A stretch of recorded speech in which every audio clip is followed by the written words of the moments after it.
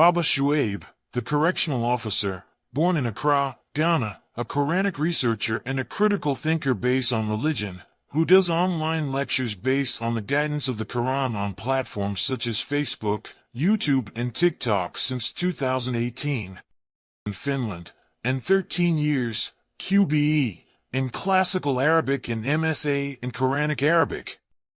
The author of the Refer to the Quran, which helps every novice to understand the steps towards understanding the great Quran and the guidance of God in it. Time to rise and meet the challenge. Baba Shuaib is calling you out. Meet Baba Shuaib, a correctional officer with a mission. Today he's throwing down the gauntlet to the mushriks, no more holding back. With his logo shirt and cap, Baba Shuaib sits tall and confident. He says, the time for action is now. It's time to rise, to push past limits, and to become the best versions of ourselves. Baba Shuaib believes in the power of determination and resilience. His challenge is simple. Stand up, face your fears, and conquer them. Every day is a new opportunity, he says. An opportunity to grow stronger, to be better, and to leave a mark on the world. So, are you ready to accept Baba Shuaib's challenge? Are you ready to rise above and beyond? Join Baba Shuaib and let's show the world what we're made of, because the only limit is the one you set for yourself.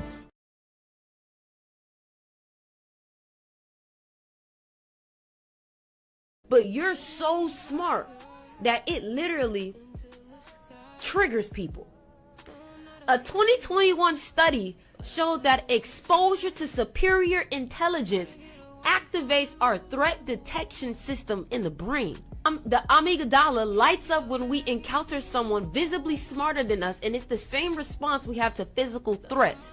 It upsets us. I ain't even done. But when I tell you this tweet alone made so much sense about my life. It's not just a figure of speech. When people say that intelligence hurts the ego, it literally triggers pain response, which makes us sensitive. If people feel less intelligent around you, they either avoid you unconsciously, cheapen you to feel better, or try to prove you wrong.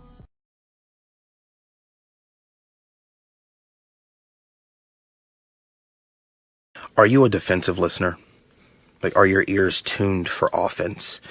I've emphasized the importance of how the character of a messenger and their delivery can shape the outcome of a conversation. But fairness demands that we look at the other side too, and that's the role of the listener. That while many conversations falter due to careless communicators, misinterpretation can distort an intended meaning just as much as miscommunication does. Defensive listening occurs when someone perceives a comment as an attack, even when no harm was delivered. In some cases, a speaker can communicate masterfully and without error, but the listener internalizes the message through a lens of offense for one reason or another. Now, research tells us that we listen at about 25% efficiency. And when you factor in unresolved personal conflict, or we project our own adverse life experiences onto a communicator, our ability to hear them diminishes exponentially. Not because the speaker failed, but because we as listeners can warp the message too. Now, it's far easier to blame someone else for mishandling their words than it is to acknowledge when we've mishandled their message. So hear me, listening isn't passive, it is an active responsibility. It requires us to confront our biases and examine our insecurities in order to approach conversations with an openness and a dose of humble vulnerability. So don't be so ready to criticize a messenger's ability to speak without addressing the listener's responsibility to listen. I don't do anything that I cannot prove, but it seems that when people don't understand what I do or why I'm doing something, they are quick to judge. Quran chapter 18 verse 65. Remember, Moses was a prophet, right? But he went to another servant of God to seek knowledge. Sometimes the perspective you are looking at things, you might think you are right, till you go and meet another person. Maybe God has gifted him more than you. Then you get to realize, oh, you are actually falling behind. And that is why I open up for dialogue. I watch you just like you watch me. I master the art of double checking you more than you check me. So whatever you think you are coming with, I've already prepared the weapons on the side, because I know all of you are watching, especially the people who are coming for my neck. So I get prepared for all of your heebie-jeebies. This is how I'll be taking all of you one by one when you come at me. So go back and study. Just because you don't have understanding of something doesn't mean the other person is wrong. Just because it's beyond your imagination or understanding. Let's have a dialogue, one-on-one. Baba Shuaib will bring you, and let's face it out.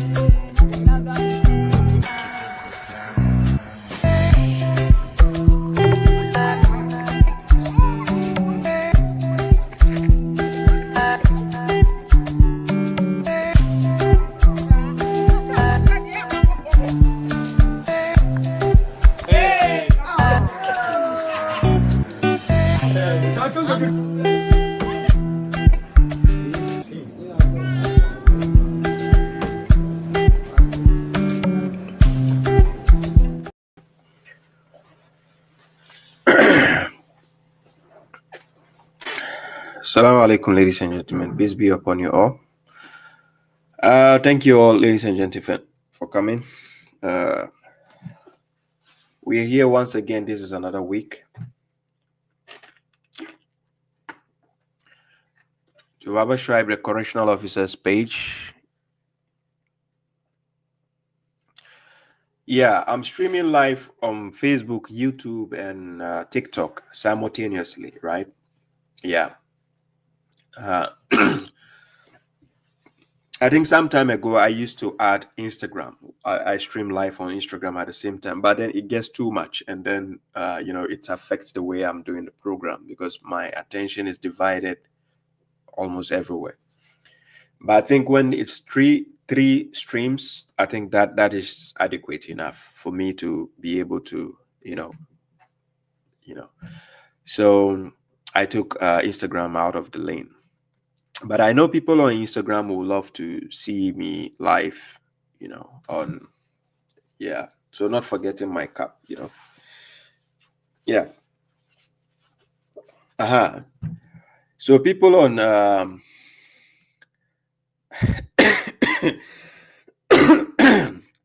Mazlan Osman says, where's your signature cup? Mazlan Osman, my signature cup, I have another type. I have this and I have the round one. So this is my other signature cup. This is 50-cent cup. This is the one the mushriks and the hypocrites, when they see me wearing this, they are agitated, infuriated. They hate to see me like this. Yeah, thank you all, ladies and gentlemen. Thank you for coming. I appreciate your presence. Thank you for the support. Thank you for the well wishes. Thank you for the your presence is even enough for me. Yes, your presence of being available, present whilst I do this, lectures, is enough for me, right? So let me give some shout outs to all those who are here. Let me see. We have Short Pilot. We have SS. We have Mazlan Osman, the real Mishizi Sniper. I see you. Versatile says, I'm going to sleep. Okay, he's going to sleep. Hey, brother Sadi, I see you, elder. I'm doing well, alhamdulillah. Yeah. We have Dangan and Dagi, Mamadi Jarju, Jam, brother Jam, I see you. Mud Ashari, Abdurrahim,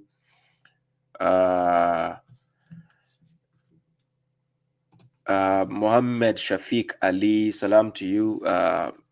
Aram, Sister Aram, I see you. Salam to you. Zaid Yasir Sultan, yes. Shared account, salam to you. Helal Ahmed, New Path, No Return.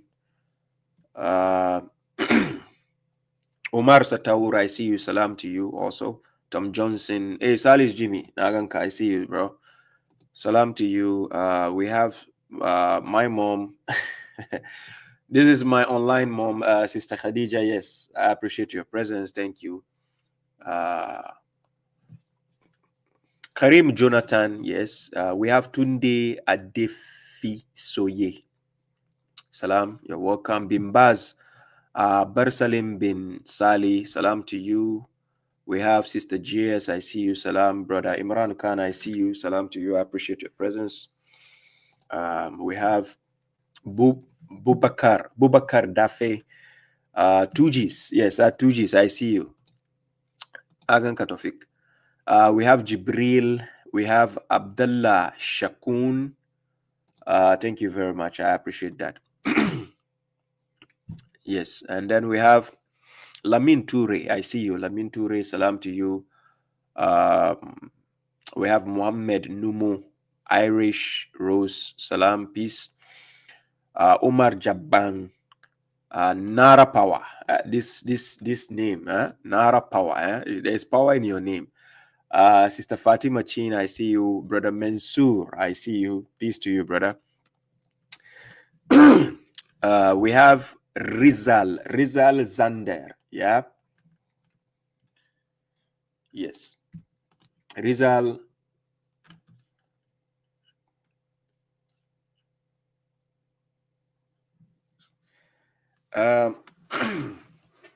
The believers being in the majority, it will depend. No, it will depend. Believers being the majority is a complicated position to be. Yeah. Because when the believers are majority, eventually there will be hypocrites among them. We have OG Store. OG Store, peace to you. Then we have Bala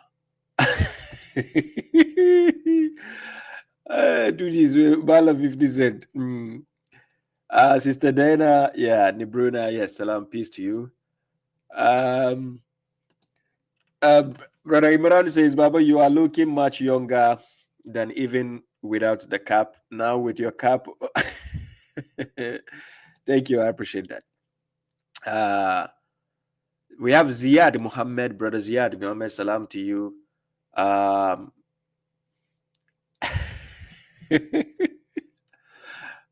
Today I think the comments are more focused on my cap, and my brother Sadi also said there is the war cap. Okay. Then we have Abu Thomas. Yes, salam to you. We have who? Can you please give me your thoughts about Usuli Kabari? Okay, I'll come back to questions and answers. We have Wise G. Long time. I have not seen you. I hope you're doing well. We have Kamil Usman. We have brother Sadiq Ali Sharian. Yes, I see you, brother. Peace to you, brother. Salam. We have Steve Ascent, Rahil Ansari. We have Zena Adams. We have Amina. Yeah. And we have Zaid Yasir Sultan. Zaid Yasir Sultan says PDF without a transliteration. I do have it. I do have a PDF without transliteration, but I didn't publish it. I didn't publish it yet, because when it comes to the publishing, I need a ISBN number to do that first, and I didn't do that officially. So I need to do that first before I can put that one out there.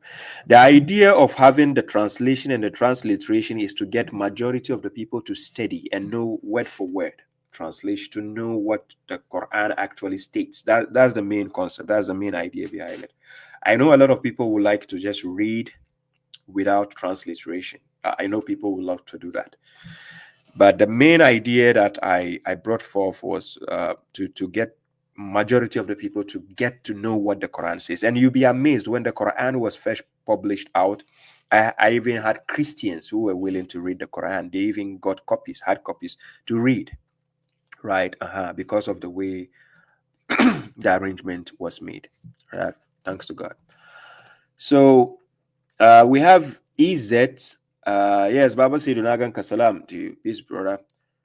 We have Sergio Ramos. Okay. We have Aleshiloye Abayomi. I just confirm your name. Fear the Christians, they feared you like a kid who feared his parents. I just confirmed your name for the Christians. They feared you like a kid who feared his parents. I'm ready for all of them. All of them. Thank you, brother.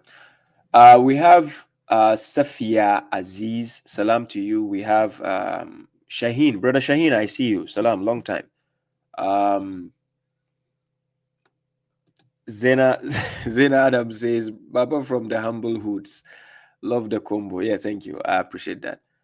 We have Yasmin, Aziz, Nura, and Michael.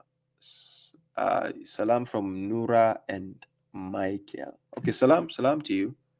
Nura and Michael. Do I know that? Do I know them? You know, I don't know if I recognize this. Someone says, I wasted 2 hours on Sheikh Asim lecture talking about tranquility. Yeah, you wasted your time on the comedian. Okay, yes. This is something we'll be working on, right? The idea was to get it first website there with the help of Brother Mohammed MFG. Thanks to Brother MFG, we were able to get the online version, and it's just there free. You know, you can access the website for now. You can even save it on your phone, but it will not work offline. That is the unfortunate part. So we will find a way to get it working offline, where people can save it as an app.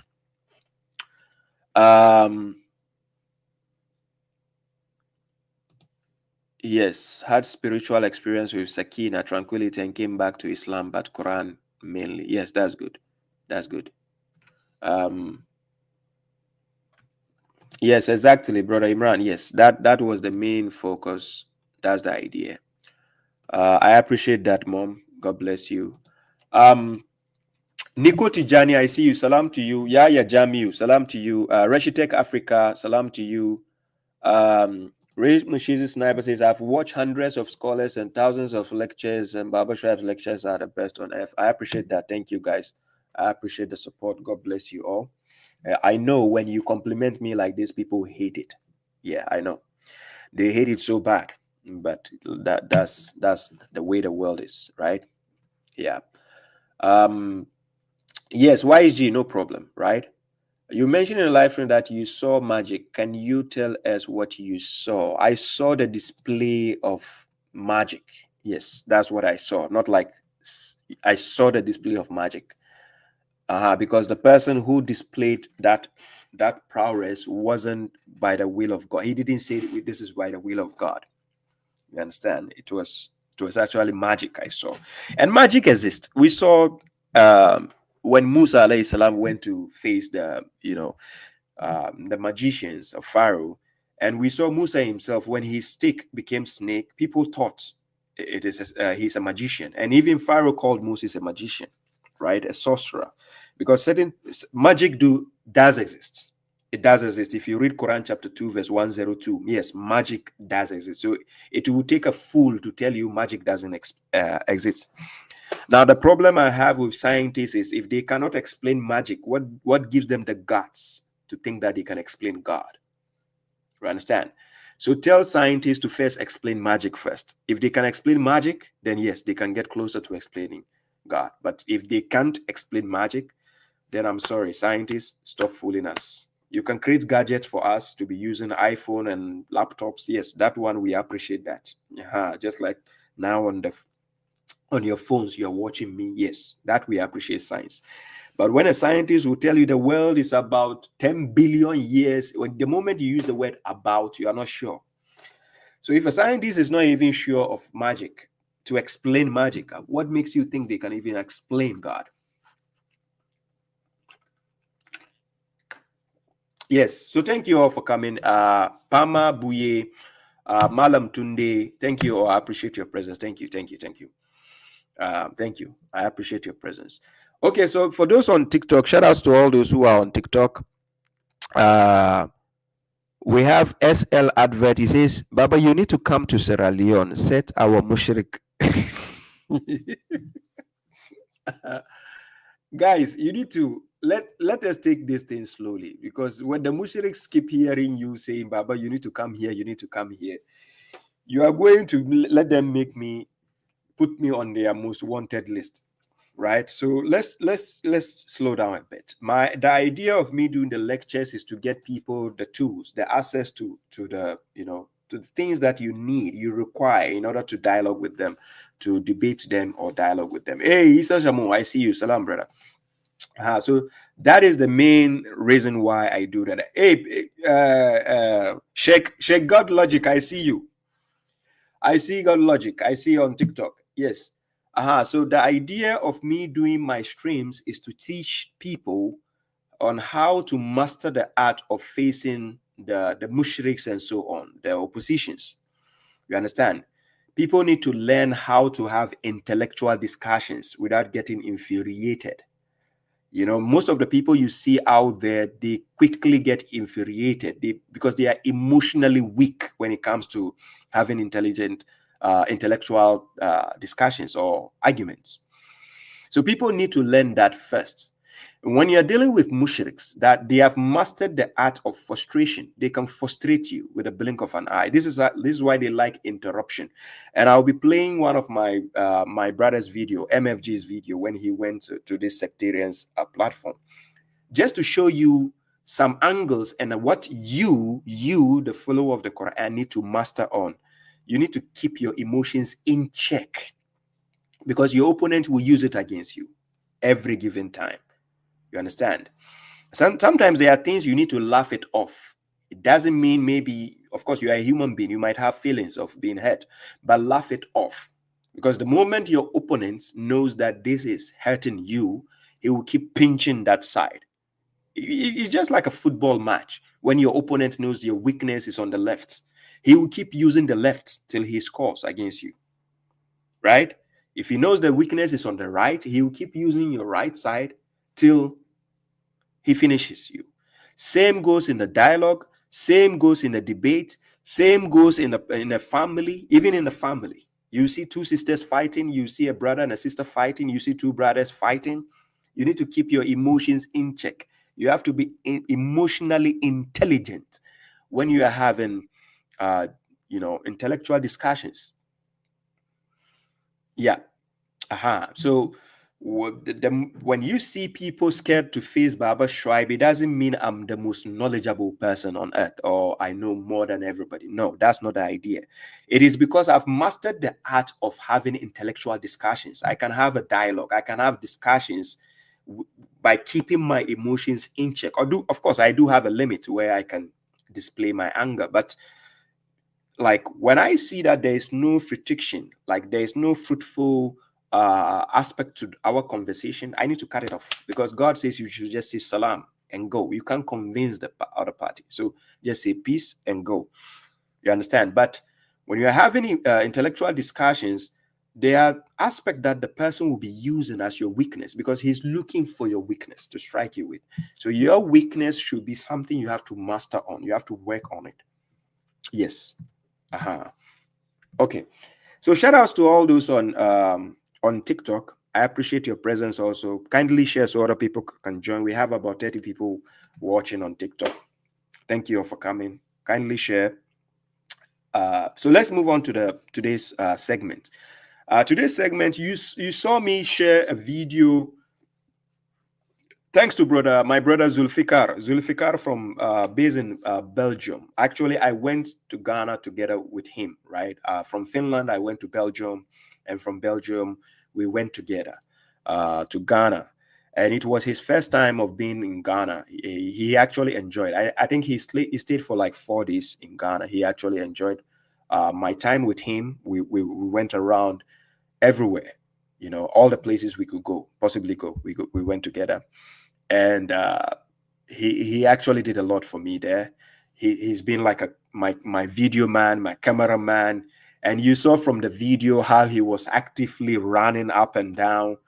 God bless that brother, Zulfikar. If you're watching, God bless you. I appreciate you a lot. Yeah, you did a lot, man. And yes, the Ghanaians, they showed you love. They do love you. Yeah, I think after you left, yes, the people were like, hey, where is Brody? Where is that your white guy? And I said, yeah, you went back, but of course you have other things to do. So God bless you, brother, for the for the support and the help you showed also whilst I was in Ghana. So for people who saw the video, unfortunately for those on TikTok, I think you do have the video on TikTok. I don't know if I shared it. I think I shared it on TikTok somehow. But for those who saw the video, we go through the houses, we go to the old people, follow them wherever they are. You know, so sometimes they are amazed, they are surprised to see me, and then they will say, Baba Shuaib, you coming from abroad, like Europe, and then you're coming to us and then kneeling down, giving us, you know. So it's to show this level of appreciation to these old people, because they were once young like us. And sometimes they have been forgotten. Especially, it doesn't only happen in Ghana, it does happen everywhere. Mostly people are forgotten. Unlike the Western world do cater for the aged people most of the times, but people coming from the third world countries and so on, we normally neglect or forget the old people. We think they are done, they have nothing to share. But remember, they have blessings to share with you, they have words of wisdom to share with you, they have a lot of contributions to still make in a society. But sometimes we feel like they are old, so we just forget them. So I was very impressed with the way they welcomed and received, because many people are thinking, Baba Shuaib, the videos I do online, I'm a kind of person people will hate me and so on. But no, God being gracious and merciful to me, I never see even the iota of hatred when I step foot in Ghana. Everywhere I go, I saw the love and appreciation in people's eyes and faces. You know, the love was there. And, you know, people were willing to come closer to Baba Shuaib, take pictures, have my T-shirt. You know, people were begging me for my T-shirt, you understand? And I know what this symbol is, like the symbol behind this. The symbol behind this is the act of showing appreciation to the work I do. When I sit here, Baba Shuaib, I wear my T-shirt and I put it here. This is a T-shirt with a logo to frighten my opponents. To be honest, I tell you for a fact, when my opponents see my logo, when they see all these things, I'm serious. God bear me witness. It frightens them. Just like, you know, when a criminal sees a police officer. Are you with me? When a criminal sees a police officer, or he sees the badge of a police, or the police vehicle, the psychological aspect of it is to get the police to have their badge. Somebody will say, why is it that when the police is coming, they have to put the siren, or they have to put on the lights? The idea is to tell you, stop whatever you are doing before we get there. That's the idea. You understand? So when I put my videos and you see correctional officers video or something, the idea is the moment you see correctional officer, you cannot separate the Quran or separate God from what I do, because the idea of what I do is God in the first place, right? And when it baffles me when people say, hey, Baba Shuaib, you are selling T-shirt. I can tell you, for anybody who has YouTube page, when you put a merchandise or a merch and you're selling, the percentage they give you from this could be like 5% out of what is sold. Now, I keep telling you, the PDF of the Quran that I put out there that people buy for €2, the T-shirt that I put out there when people buy it, and then I get like €2 or €3 from it. To be honest, people who are in Finland can tell you, this is not something I need for myself. And I keep saying I'm explaining this for my haters out there. For those who think, oh, Baba Shuaib is doing this. I'm telling you. The idea is, look, I organize charity events. So sometimes if I have to just now take from my own pocket money, it makes it easier for me. You, the ones who have actually been able to buy the copy of the PDF. Of course, if I initially want to sell the PDF, I will not put the website for free. TheGreatQuran.com is free. You can go there and read. Nobody's charging you for anything. So if initially the idea was to sell the PDF and everything, I will not even put a website for free for you to access.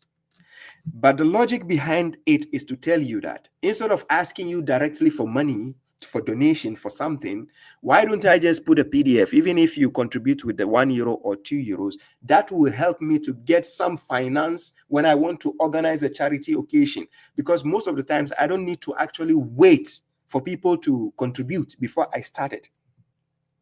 I have people in Ghana who are in charge of that. You saw the video. People follow me. I have about 10 people. When I went to Ghana, you see about 10 guys. And all these guys need to be paid. Of course, they are doing the work of God. But do you know the amount of energy they put in? I went to Ghana myself. Look, when I put the video here, you see how I was sweating in the video. You check the video.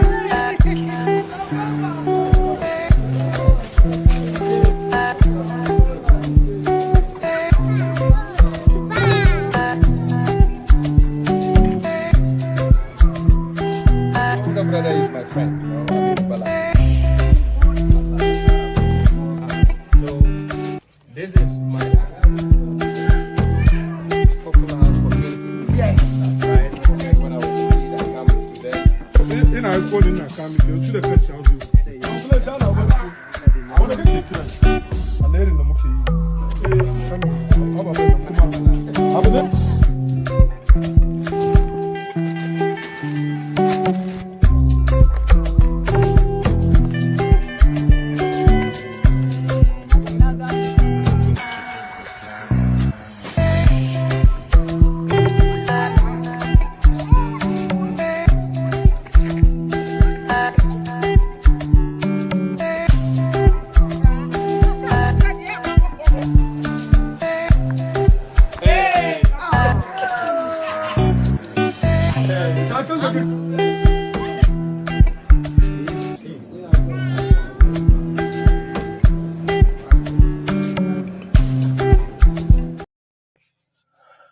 Yeah. Thank you, Umar Sataur, for the gift. Super sticker. Thank you. I appreciate that. Now, the idea behind this is you saw how actively sometimes these guys have to walk like 5 kilometers, 10 kilometers just to go and find one old lady in a particular zone where they have to go and deliver the food. And the guys I put in charge, I put my big brother and another friend who is an elder, but he's a good friend of mine, but I put them in charge. And all of the time, they have to find people with them who go together with them. That sometimes they didn't even tell me, because when I get the money and I pay them out of it, because God explains how the sadaqah should be distributed. The ones working for it, you need to pay them. Of course, they will get their blessings, because if you don't pay them for their work, it might push them to even touch the funds you have given them to distribute. They will touch it because you are not paying them well. So the idea of me going to Ghana to even witness it myself, so that I know what structures need to be put in place and what needs to be done to improve. So when I was there myself, holding the bags and the food items to go and follow these people, they were even surprised.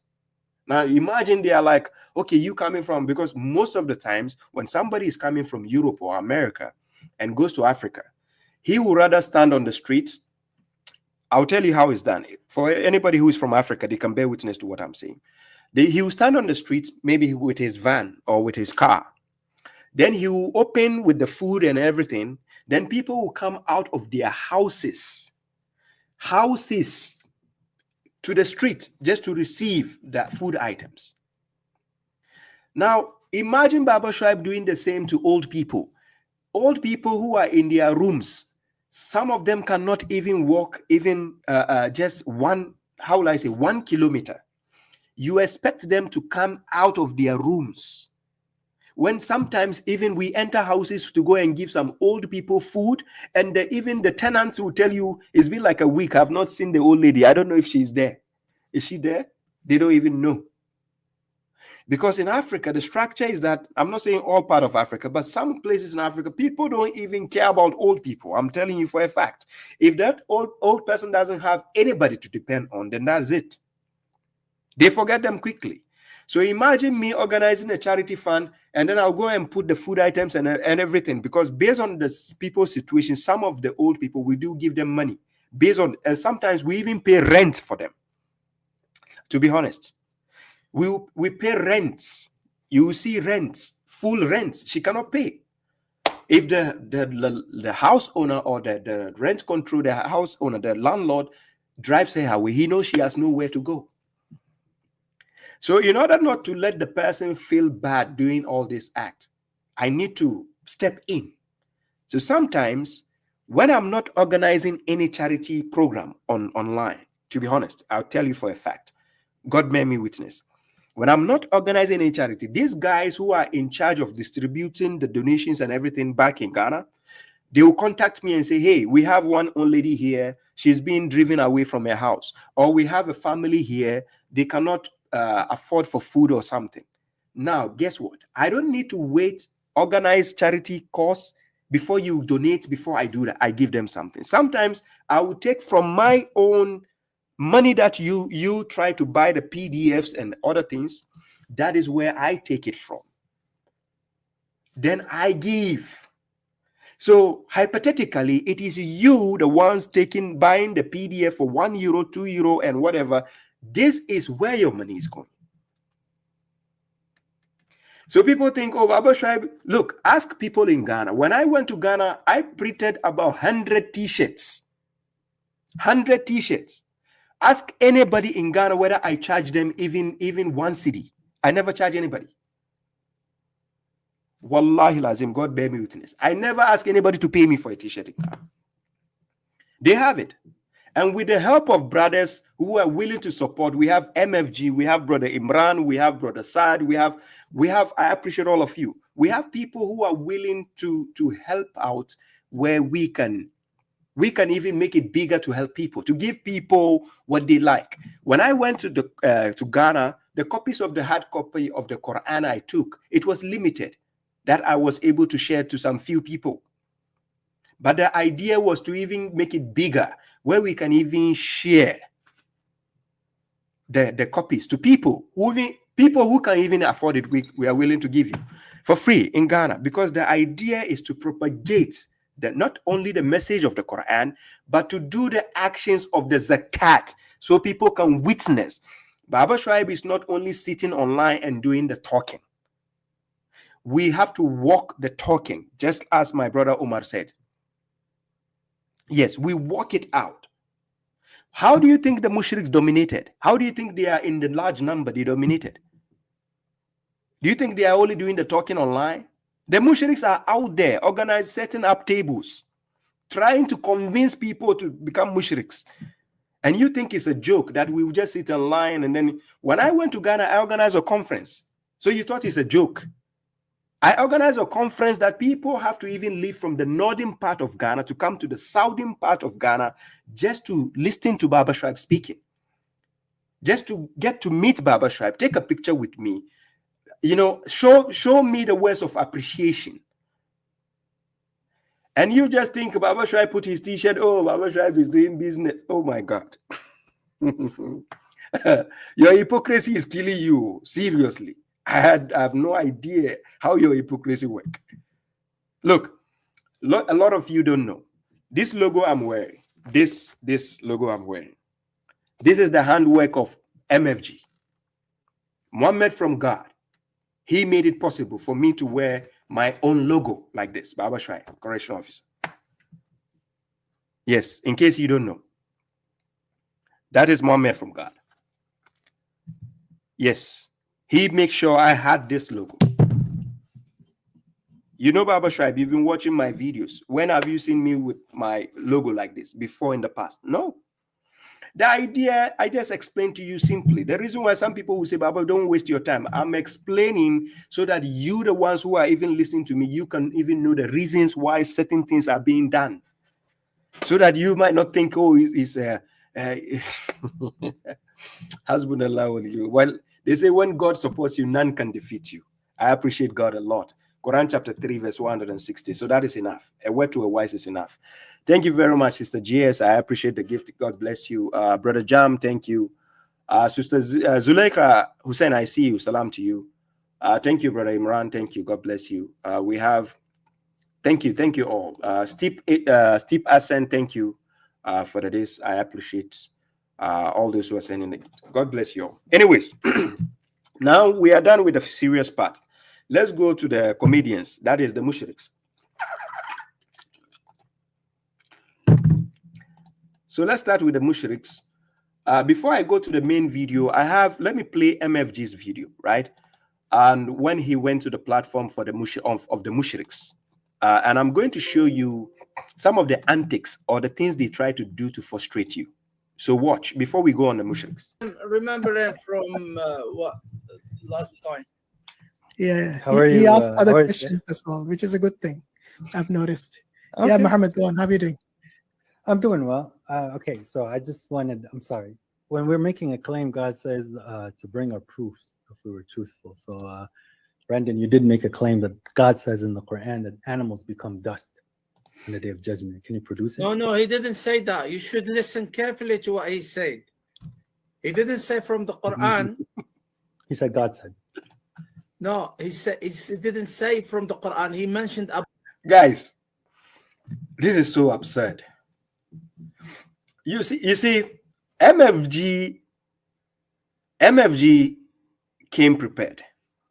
What mushriks don't understand is we are good listeners. We the ones who follow, we are good listeners. We like to listen to them carefully before we pick up the words they speak.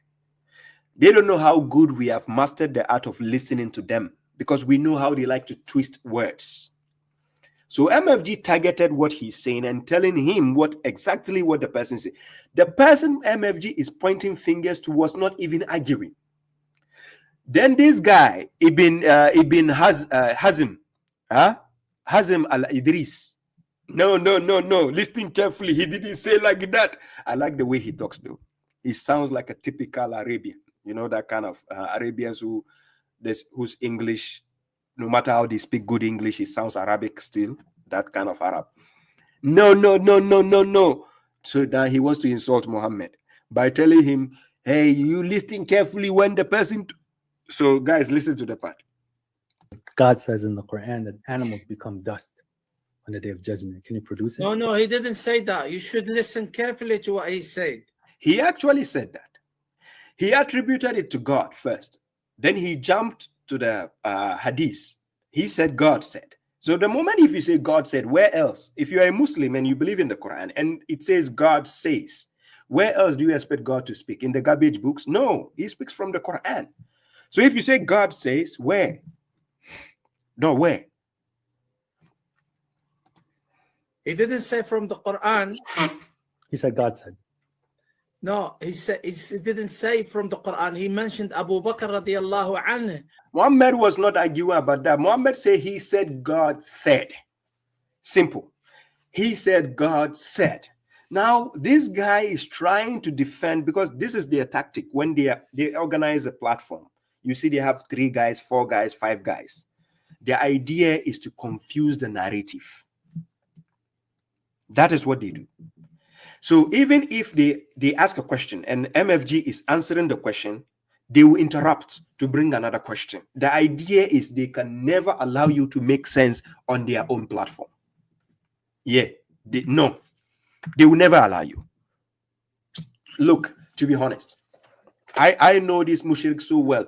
This same, the Muslim cowboy, I had MFG send him a message so that we can organize a tag team dialogue against them, to have a debate or dialogue. He refused. This Muslim cowboy, because he's not up to the task.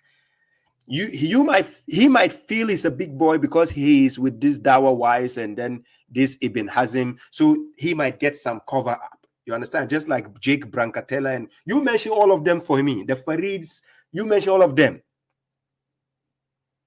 Let us go one-on-one.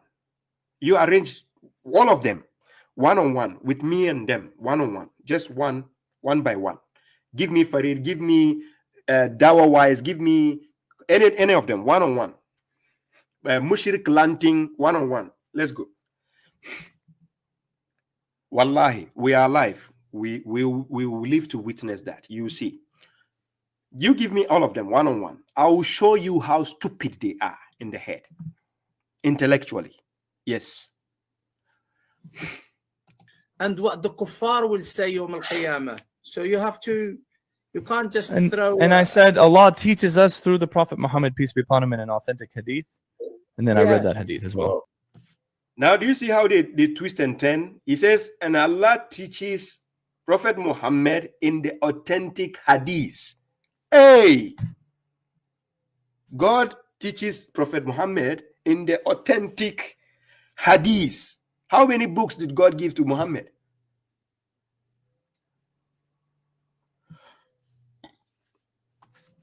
So, because Allah taught the Prophet Muhammad, peace be upon him, of the hadith that he spoke as well. You see? So now this guy got the back shell, the shell of a turtle. Now he's speaking for himself. Because this guy, the Arab guy down there, was defending him. So the guy up there now got the backup support. So now he started trying to fix what he's saying, but still making it worse. And Abu Bakr radiallahu anhu is the one that said. So you have to understand. You should have heard it properly before throwing accusation at the brother. Actually, I know what he said very well because I wrote it down. He said, God said in the Quran, and then he realized and he corrected himself. He goes, I think that's what was said in the Quran, but he goes, it's also said in the Hadith. That was the actual narration that happened. So that's why I'm saying that if he believed that it wasn't. Who said Ya laytani kuntu turaba? Okay, so Ya laytani kuntu turaba is the kafirin will say on the day of judgment. When they see animals turning into dust. That's not what God said. That's just an interpretation. There's other verses where God says that the kafir, the kafirin will say. Hadith. You reject. Hey, these mushriks.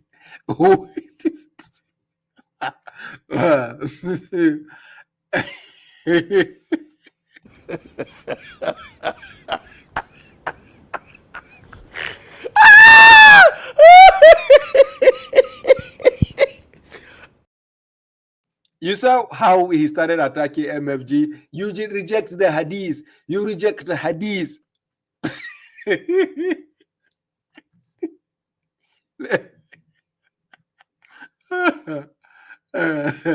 The hadith, so it's irrelevant for him. It's irrelevant for me to say to you, follow. This is what it says in the hadith. What?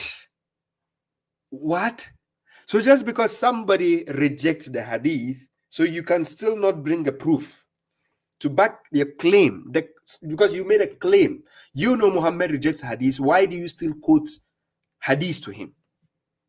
Now that it is time for you to substantiate your claim with a proof, you are saying Muhammad rejects hadith, so it is useless for you to bring the hadith. And this is one thing people don't know. They don't even know the references to the hadith books, most of them, right?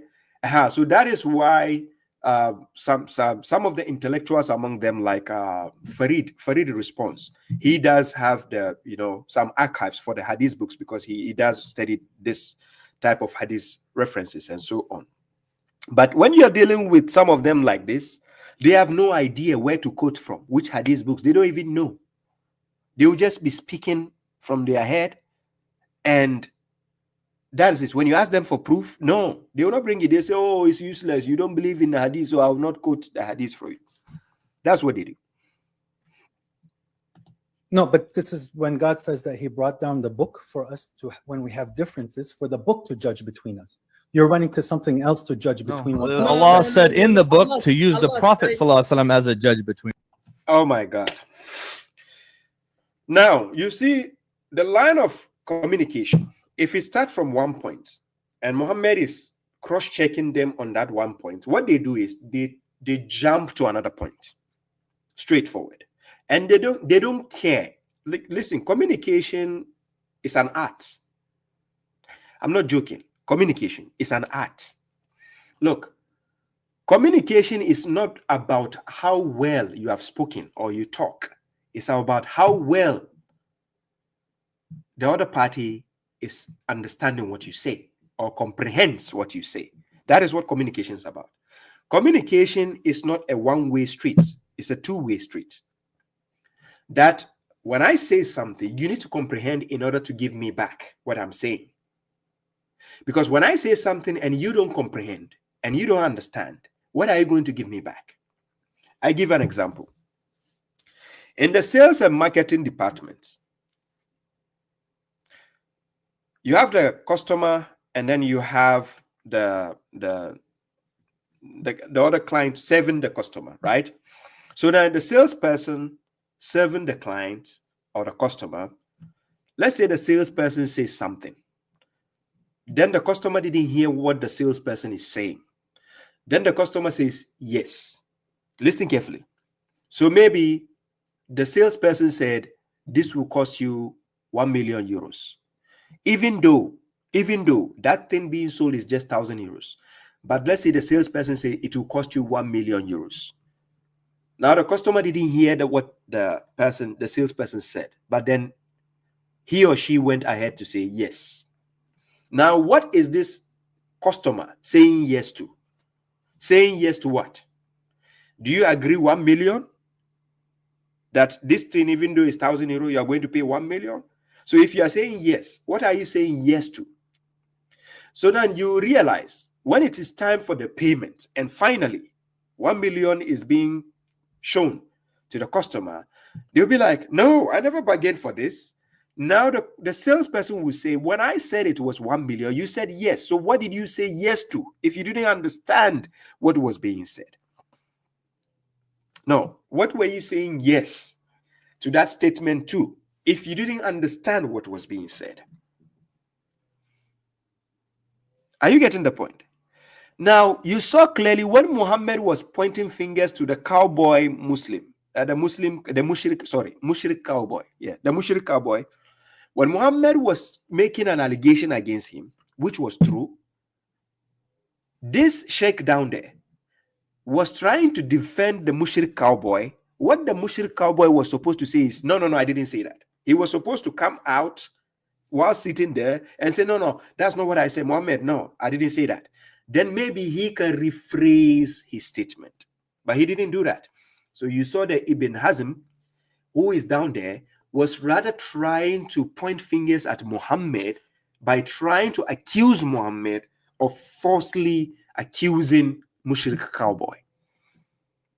And these people have mastered this art to frustrate their opponents. They are very good at it. They do it to Christians. They do it to anybody. Yes. So no matter how you see Muhammad being civil, no matter how you see him being gentle, no matter how you see him being humble, they will bring the demon out of you. Wallahi, because they have demons themselves, the mushriks. They will, look, Muhammad, on 3 occasions or 4 occasions, he nearly lost his nerves. I watched that part. I was laughing so hard. Look, they will trigger you.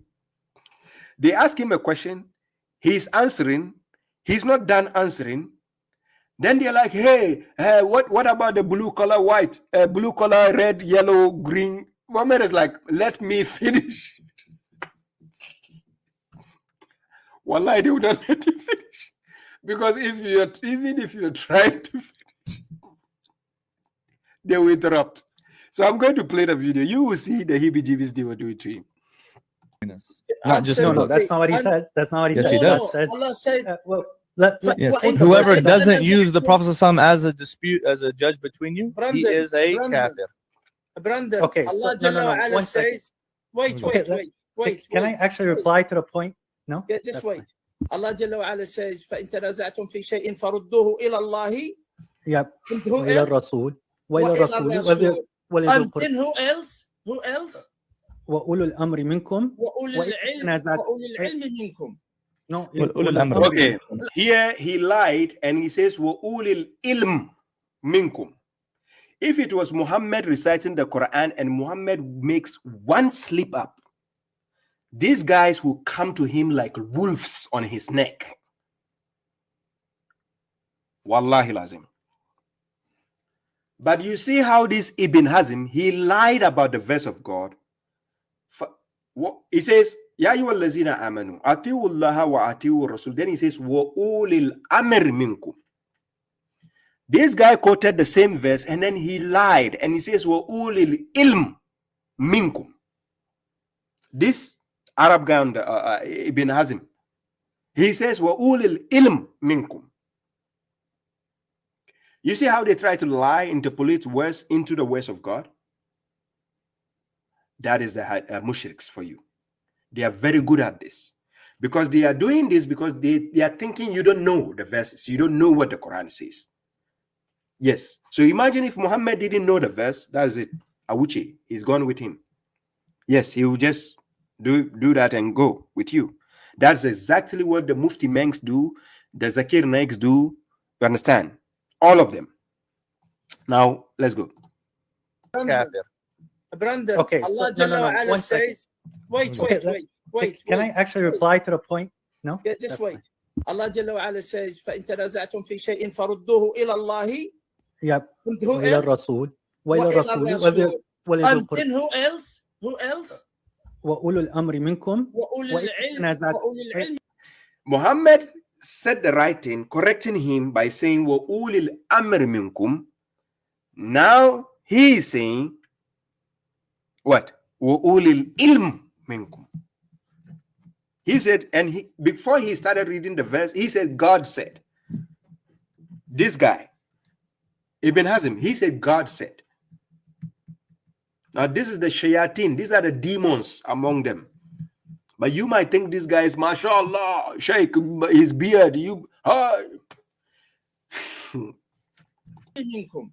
No, الأمر, sorry, وأولو الأمر منكم. وإذا تنازعتم بشيء فردوه إلى الله ورسوله. Now, perfect. You guys mentioned this verse. This is in Surah Nisa. But if you go into the same chapter to verse 105, God says, "Indeed, we have revealed the book to you in truth, so that you may judge between the people by what God has shown you." So the prophet has to use the book to judge between the people. So it's not about judging from outside of the book. It's judging from the book. So Brandon again made a claim that he said that God and the prophet.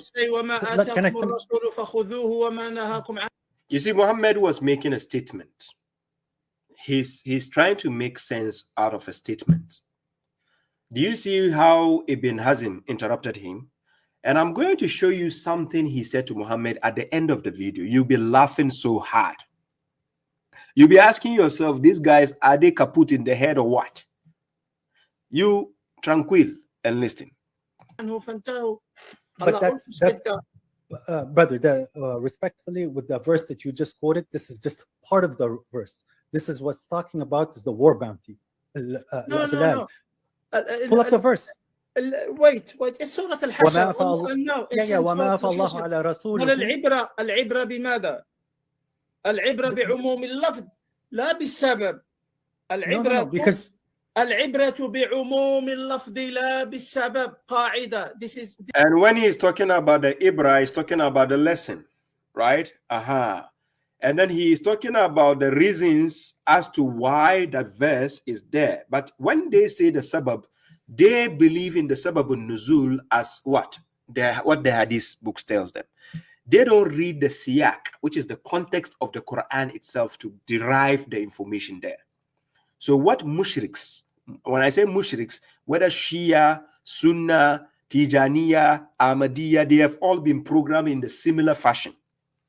They don't let the Quran speak for itself. So what they do is, they will now tell you the reasons why a certain verse has to be used this way, and they will never quote it into full context.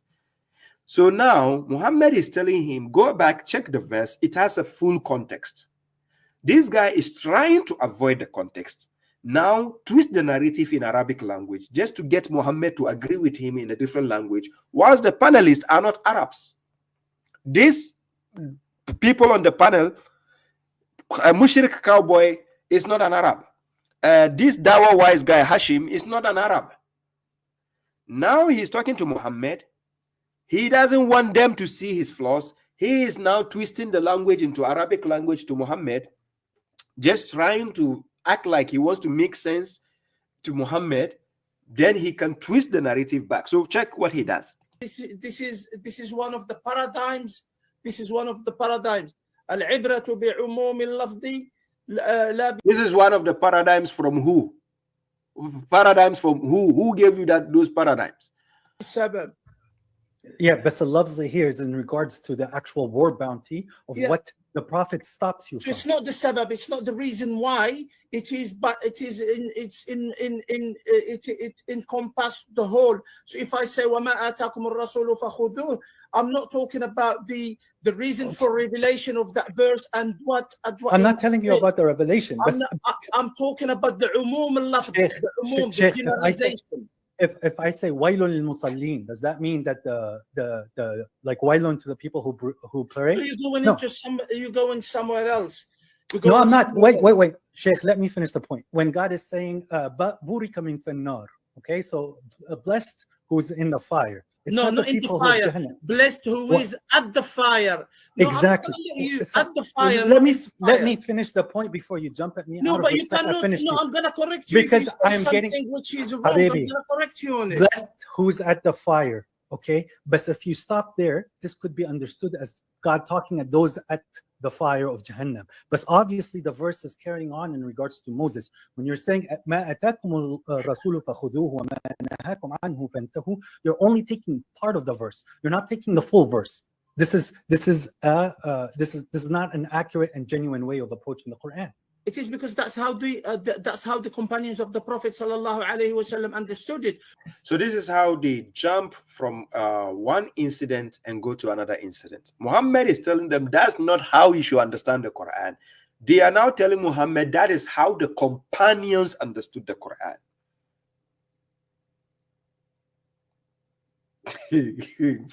Allah, these mushriks, When a woman came to Ibn Abbas and she said to him, to Ibn Mas'ud. Now you see, he changed the topic away from the Quran and he goes to the Hadith. But earlier on, he was telling Muhammad that he doesn't need to quote Hadith to Muhammad because Muhammad doesn't believe in the Hadith. He told MFG, I don't need to quote Hadith to you because you don't believe in the Hadith. But this same person now quoting Hadith to Muhammad. Now check. Look. He's quoting Hadith to Muhammad. Look. Sallallahu Alaihi Wasallam understood it. When a woman came to Ibn Abbas and she said to him, to Ibn Mas'ud, and she said to him that you are cursing the one who does tattoos and the one who gets tattooed. He said to her, it is in the book of Allah. She said to him, I have read the book of Allah from one cover to another cover, and I did not find this. He said to her, didn't you read what Allah Jalla wa Ala says? And he said this verse of Quran, وَمَا آتَاكُمُ الرَّسُولُ فَخُذُوهُ وَمَا نَهَاكُمْ عَنْهُ فَانْتَهُوا. So who is better to understand the Quran, the Sahaba or you? Allah, these guys are both man.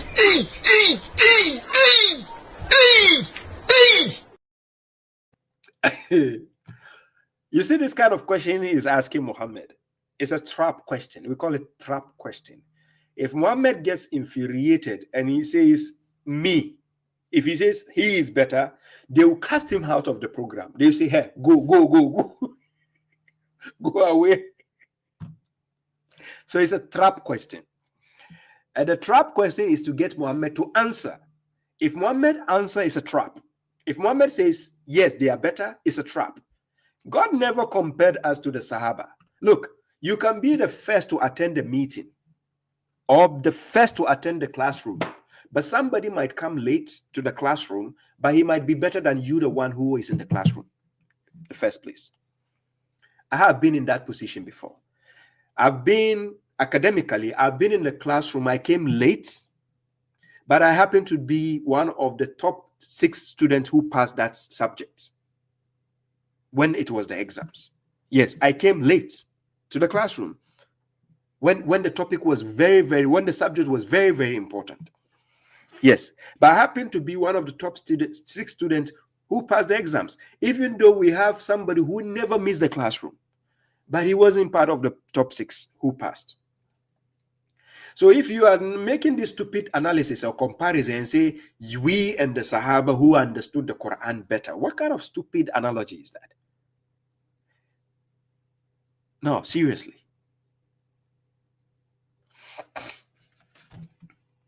No, God is teaching the one the Quran. So when you're gonna go to So to other now, verses, is God the one that is teaching you? yes, You see the kind of daycare nursery questions they ask? That's how they ask daycare nursery questions. Now look how Muhammad was just answering the simple question, but look how it infuriates them. God is teaching the one.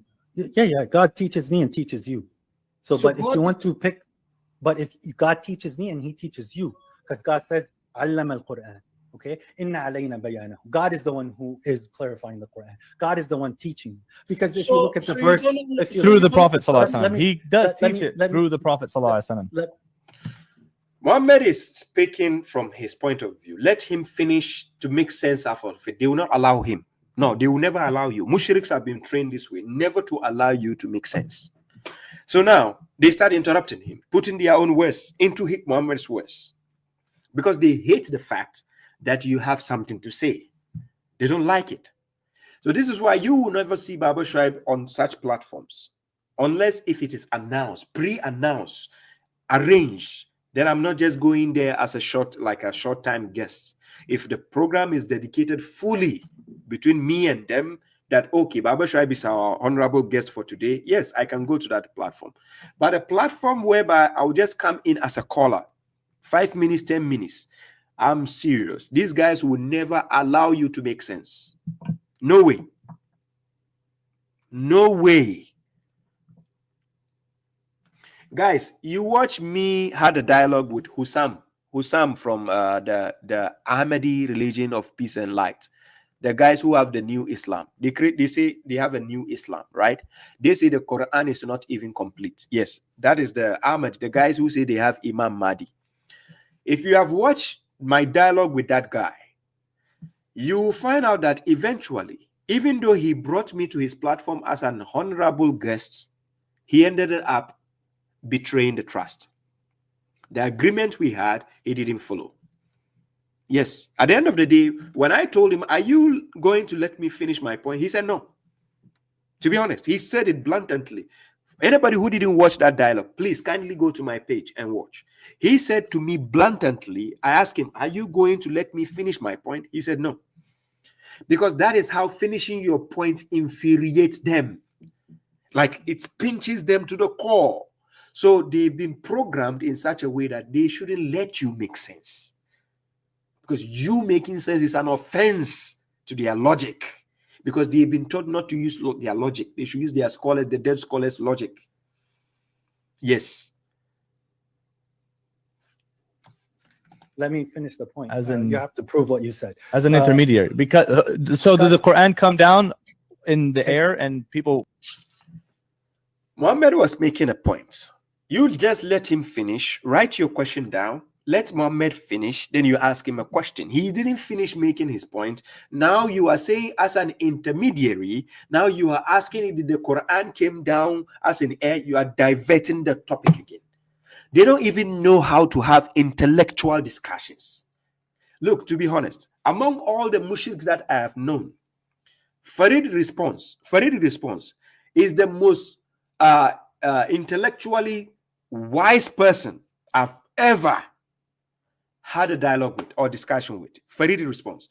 He is the best mushrik. He's a mushrik, by the way, but among the mushriks, he is the most intellectually inclined person I've ever had a dialogue with or discussion with. Yes, because he's willing to listen to your point. He's willing to allow you to finish your point. Then he talks. That's how to have a discussion, a civilized discussion. Yes. But you see these bozos, this type of bozos, the mushrik, this guy, mushrik lanting, mushrik cowboy, Jake Brunkutella, and so on, all of them. Waste of time, to be honest. Walked up to it and read it, or did the Prophet ﷺ teach the people the Quran wa tafsiruhu and its meanings? The Prophet, whatever he was showing to the people in regards to the Quran at that point, he was expressing it to the way that it is. That does not mean that what you guys are saying now is what does expressing it the way that it is mean? It means that he would use the Quran to explain the Quran, just like how I'm doing now. So this is why I'm following. But you haven't explained much, so I think he explained things this way.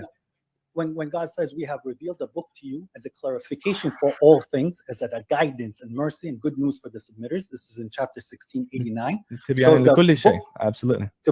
Okay, so if تبيان لكل شيء, so the book is clarifying everything. Now you're telling me that but if the book tells you that the prophet will also tell you things and to use him as a judge for things that you do not know. Where? Show me. You're saying things. Show me. Where does it say to use the prophet as a judge of things that I don't know? Surah Al-Hashr, verse number 7, you should accept whatever the Prophet ﷺ gives you, right? And guys, this is how, again, they quote a verse number and then they misquote the verse itself. You see, he was using the word the prophet. The verse never says the prophet. If you are talking to mushriks and you don't know how to decipher the word prophet from the word messenger, they are going to twist your brain up. That's exactly what they try to do here. Now check how the line of conversation is going to go. Because somewhat, Muhammad nearly fell for it. Somewhat. Muhammad nearly fell for this, the nonsense the mushrik cowboy was saying. He used the word prophet. Now check what Muhammad did. And whatever he tells, whatever he tells you to abandon, have taqwa of Allah. No, this is you taking a verse out of content. This is not God telling you. Here is another verse for you. Now,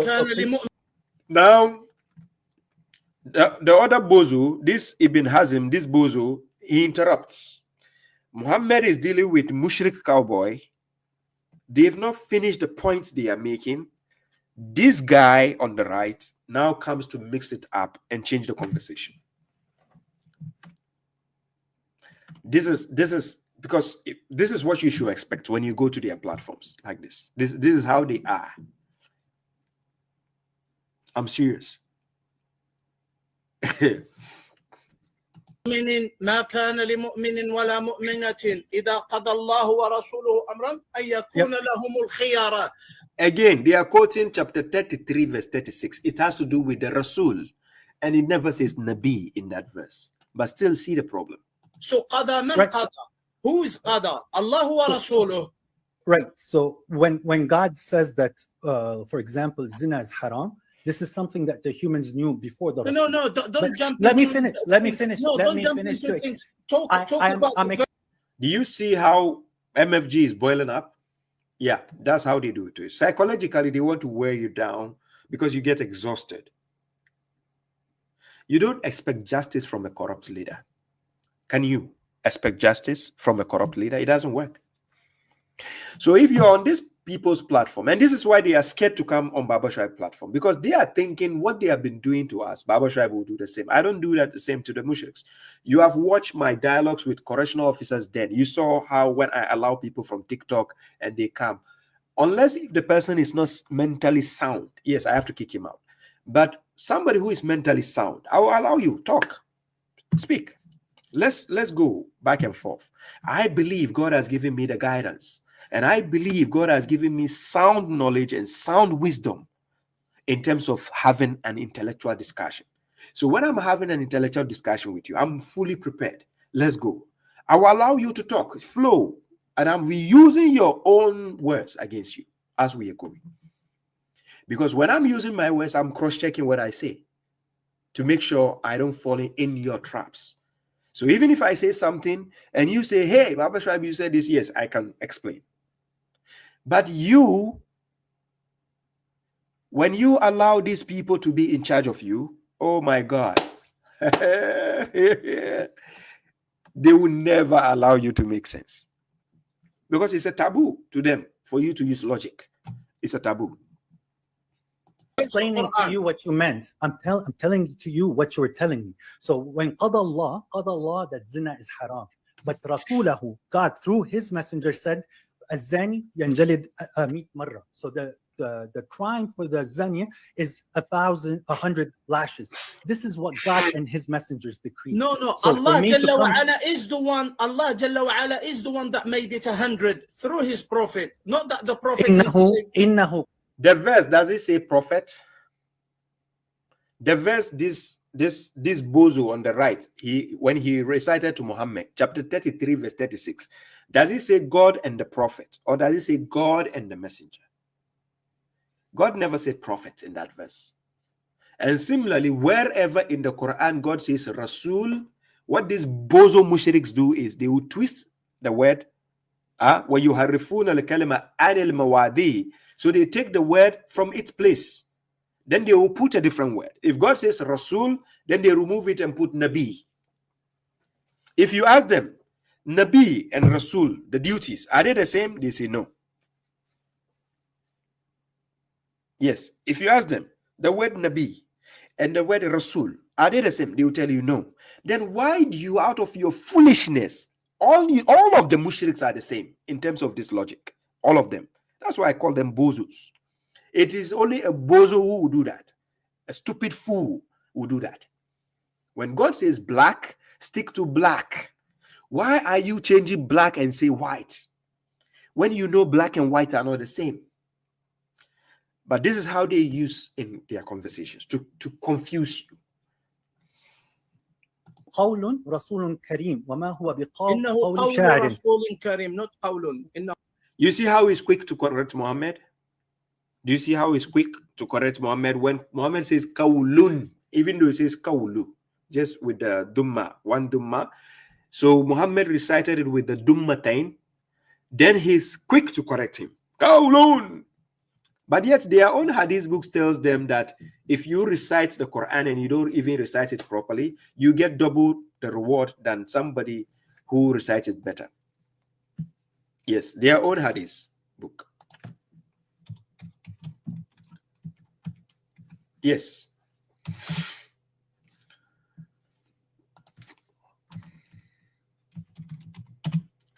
Yes, it tells you. Let me give you.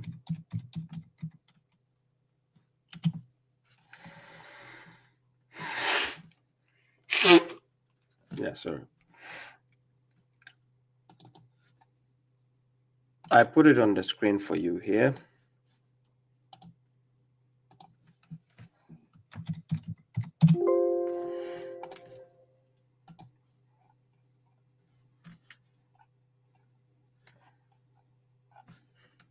Hadith Sahih al-Bukhari.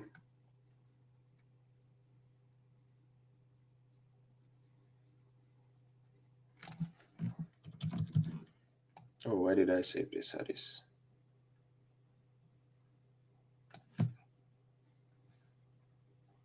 Yeah, recitation.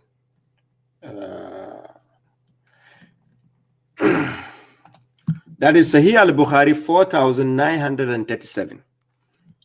Sahih al-Bukhari, you can write it on the screen. Let me see. Can I put it on somewhere on the screen? Sahih al-Bukhari. This reference, this is the hadith on the screen for those watching from YouTube and Facebook, right? It is Sahih al-Bukhari 4937, right? Whoever recites the Quran, or you read the Quran and you read it or recite it with difficulty, you get double the reward. So your reward is even more than somebody who knows how to recite it or read it properly. Yes, that is the hadith on the screen. So if you are talking to these mushriks, and anytime you read the Quran or you recite the Quran and you make a mistake, and then they say, stop spoiling the Quran, God is going to get angry with you. Then you say, hey, my guy, wait. Your own hadith book says if I recite it or read it with difficulty, I will get double reward. So what is your problem? Allow me to make mistakes, then I can get double reward. Is that not what their hadith says? Your own hadith says that. So if your own hadith says, if I read or recite the Quran with difficulty and I'll get double reward, is it not better to get double reward than to be getting one reward? Hello? Didn't God tell the wives of the prophets that if they do any act of obscenity, just like the ordinary women, they will get double punishment? So double, is it not double intense? So if I recite the Quran with difficulty, according to the garbage books, it is saying I'll get double reward. Then allow me to be making mistakes. Yes. Seriously. If the Quran says un, then I'll say in. Then these people, mushriks again, they will correct you. They say, hey, stop spoiling the Quran. Then it doesn't say un. See how he got angry correcting Muhammad. Watch. Not that the prophet is saying, إنه قول رسول كريم وما هو بقول إنه قول قول شاعر. رسول كريم, not قول. إنه قول Okay, رسول sorry, كريم. I apologize, but the It's point okay. still It's stands. okay. It's okay. Muhammad, next time you God- don't need to apologize. Please stop apologizing. Why you apologizing when you say kaulun and he say stop reading the Quran and he correct and you are apologizing for what? When he hey, don't apologize. Next time give them their own hadith. Tell them this is what your Sahih Bukhari said. That if I make mistake, I get double reward. Why are you apologizing for getting double reward? Are you serious, MFG? Don't apologize. Why are you even apologizing to a mushrik? says إنه قول رسول قول كريم. رسول كريم. إنه قول وما رسول هو كريم بالهزل. وما هو بقول شاعر. You're going to a different surah. Yeah. Talking Okay. about Okay. وما هو بقول شاعر. So God is attributing the words that are coming from God, that these are the words of the messenger. So if I want to know what the messenger said, I would go to the Quran. Yeah. Listen, Muhammad, listen. Yeah. When Brother Brandon told you, it is through the Prophet that we know what we know through the Prophet, peace be upon him. That's why I brought you the verse, وما ما كان لمؤمن ولا مؤمنة إذا قضى الله ورسوله أمرا أن تكون لهم الخيارة. So this verse does support the argument of Brother Brandon. No, it supports that whatever the Prophet is giving you, as you guys say it, is present only in the Quran, because these are the words of the messenger. How can it be in the Quran? How can it be in the Quran? How do you know that zakah is 2.5%? Guys, do you see how they twist the argument and the conversation? The conversation is just here comfortably one side. This guy out of nowhere just sprung up. How do you know zakat is 2.5? Now that's a different argument again. Where in the Quran did God say zakat is 2.5? Because if you are saying, how do you know zakat is 2.5? Who in the first place made zakat 2.5? It's not from the book of God. So who made it 2.5? Now you are asking Muhammad that, since you know he doesn't believe in hadith, why are you asking him how does he know zakat is 2.5? The mushriks, they have some of the dumbest arguments ever. That is, they invented the question, how do you pray? Yes. I got so tired of that question that even if a Quran alone follower asks me that, I get tired. I'm like, not again. Yes, the biggest questions. The biggest question the mushriks can ask you is, how do you pray? Yeah, ask that guy. He says he's going to follow. Ask him, how do you pray? Yes. They will say, how do you pray? That's their question. Zakah is 2.5%. That's your application. Zakat No. 2.5%. How do you know that zakah is 2.5%? Muhammad told you that is your application because you applied that 2.5. God never gave you. You say, no. I like the way they say no. This guy is talking typically like an Arab speaking English. I just love his English, by the way. You see how he told Muhammad, no. You, as you guys say it, is present only in the Quran, because these are the words of the messenger. How can it be in the Quran? How can it be in the Quran? How do you know that zakah is 2.5%? How do you know that zakah is 2.5%? That's your application. Zakat No. is not 2.5%. How do you know that zakah is 2.5%? Because the Prophet that's your assumption. The Quran is not telling you it's 2.5%. So if someone is giving, okay, give me the verse of 2.5%. Oh my God! I'm telling you, it's not 2.5%. No, and now Muhammad just told him that it's not in the Quran. You are still telling Muhammad to give you a verse with kaput. What is wrong with the brain of these baboons? Seriously. God have mercy upon us.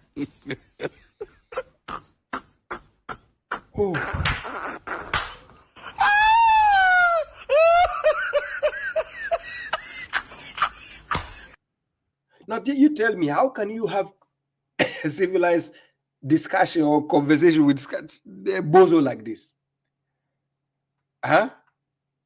You will see how they try to frustrate Muhammad at the end. You watch. You want me to prove it? So, You show me. so in the Quran you're that it's disagreeing with it 2.5%. completely. So zakat is anything that we want to give. Is that what Muhammad said? That's not how even Muhammad said. Anything you want to give. That's what Muhammad said. You should have asked him so that he will finish explaining. They don't want him to finish explaining, but they keep want to ask stupid questions. Yes, that's how they talk. Zakat is giving from what God has given you at the time that you have that All of in the it. So time you that have to God give has all of given it away. Oh my God. Oh my God. Look, when I'm talking to my son can even look, my son, Salim, he can even listen to me carefully. He doesn't interrupt. He will listen to me. If I ask him, do you understand? He say yes. Do you understand or not? If he doesn't, he will say no. He will not interrupt. These people, it's like you are talking to a kid. No, not a kid. My son is a kid, though. You are talking to what? Not even an animal. It's like you are talking to a wood.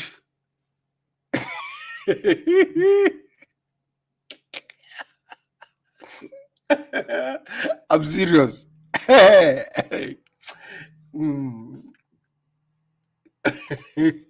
So you're disagreeing with it completely. So zakat is anything that we want to give. Any charity. Zakat is giving from what God has given you at the time that you have that All of in the it. So time you that have to God give has all of given it you. away. So what Let he me is finish the mad- point before you stop me. No, I'm asking. What is the percent? How much is Let it? me finish before you straw man. So when I'm saying that, No, you no, have I'm to give asking. when- I'm Oh you're my fine. God. When Muhammad, gonna- wait. Why So are I you don't hostile? reply. What? No, why are you hostile? Why are you? How is Muhammad hostile? No, please let this make sense to me. How is Muhammad hostile when he says, let me finish? Let me finish. Is this hostility? The bozo down there is asking Muhammad, why are you hostile? Hey! These mushriks. No, they are amazing. Hey! I'm serious. The mushriks, they are amazing. I don't know how their brain works, to be honest. Seriously, I'm bamboozled. Really hostile. But you guys don't let me finish. Look, the brother, every time I saw the brother speak, you jump at his throat. Take it easy. We're having Brother, a conversation. I'm trying to we are all answer the adults. question. Listen, we are all adults, and we're having a Subhanallah. conversation. We're having a conversation. So let's have a conversation without. Okay, so when God is Now, what is the advice he's giving Muhammad now? Muhammad never said any mean thing to anybody on the platform ever since he. What is the offensive thing Muhammad ever said or did?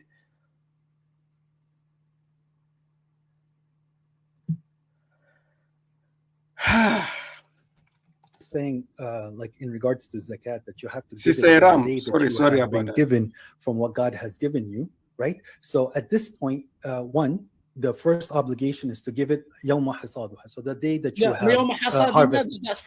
That's for agriculture. Muhammad is explaining something. Let him finish. Then you ask him question. You let him finish. Then you can ask him questions. This is how a civilized mindset works. This is what a normal human being should do. But no, mushriks are not. To be honest, mushriks, they are not normal. Wallahi, I'm not joking with you. Look, it is only when you come out of that mushrik lens, then your brain start to work freely, like better. Like you know how to have a civilized discussion, you know how to listen and how to answer and how to question. Yes, it is only when you come out of that umbrella of being a mushrik. Other than that, if you are under that umbrella, you're only good at asking questions. That's all. How do you pray? How do you know how to sleep with your wife? How do you know how to wipe your butt? How do you know how to name your child? How do you know how to look? These are the questions you hear them asking. Allah mushriks. They are amazing, oh, they are amazing too much. Muhammad, that's for agriculture. Brother, can I please finish the point? I know it's for the. I know it's for the.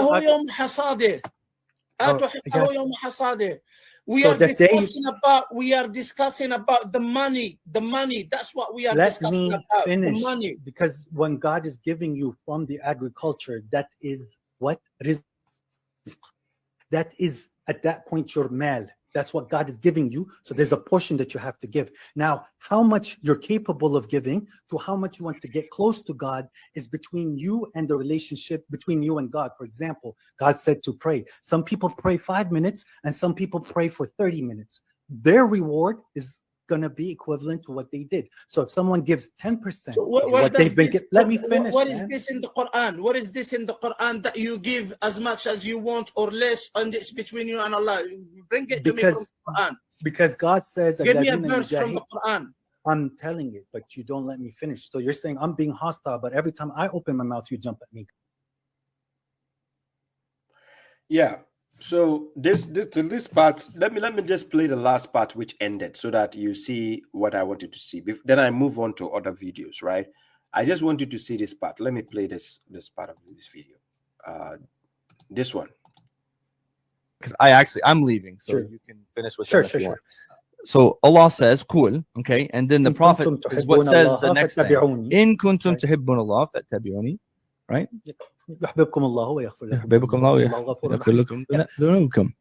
Okay, so if you love Allah, and the Prophet, peace be upon him, is the Quran, why would it do tab'eed of that and give the light? Why would it be doing ishara, right, pointing to the Prophet sallallahu alaihi wasallam as that example, other than the Quran? Because here it's very clear that what is referred to is the Prophet sallallahu alaihi wasallam. So the verse never talks about the Prophet.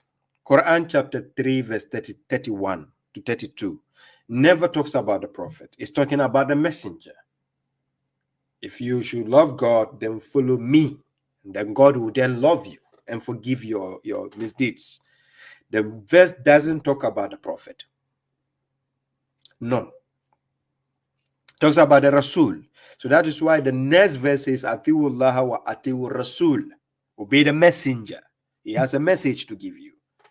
So Quran chapter 5 verse 67 says, Ya ayyuha Rasul, balligh ma unzila ilayka min rabbik, wa in lam taf'alu, fama ballagta risalatahu, wallahu ya'simuka minan nas. Right? So chapter 5 verse 67 is telling you exactly the duty of a messenger. He has to deliver a message. So when God says Rasul, stop saying Nabi. You're confusing the narrative.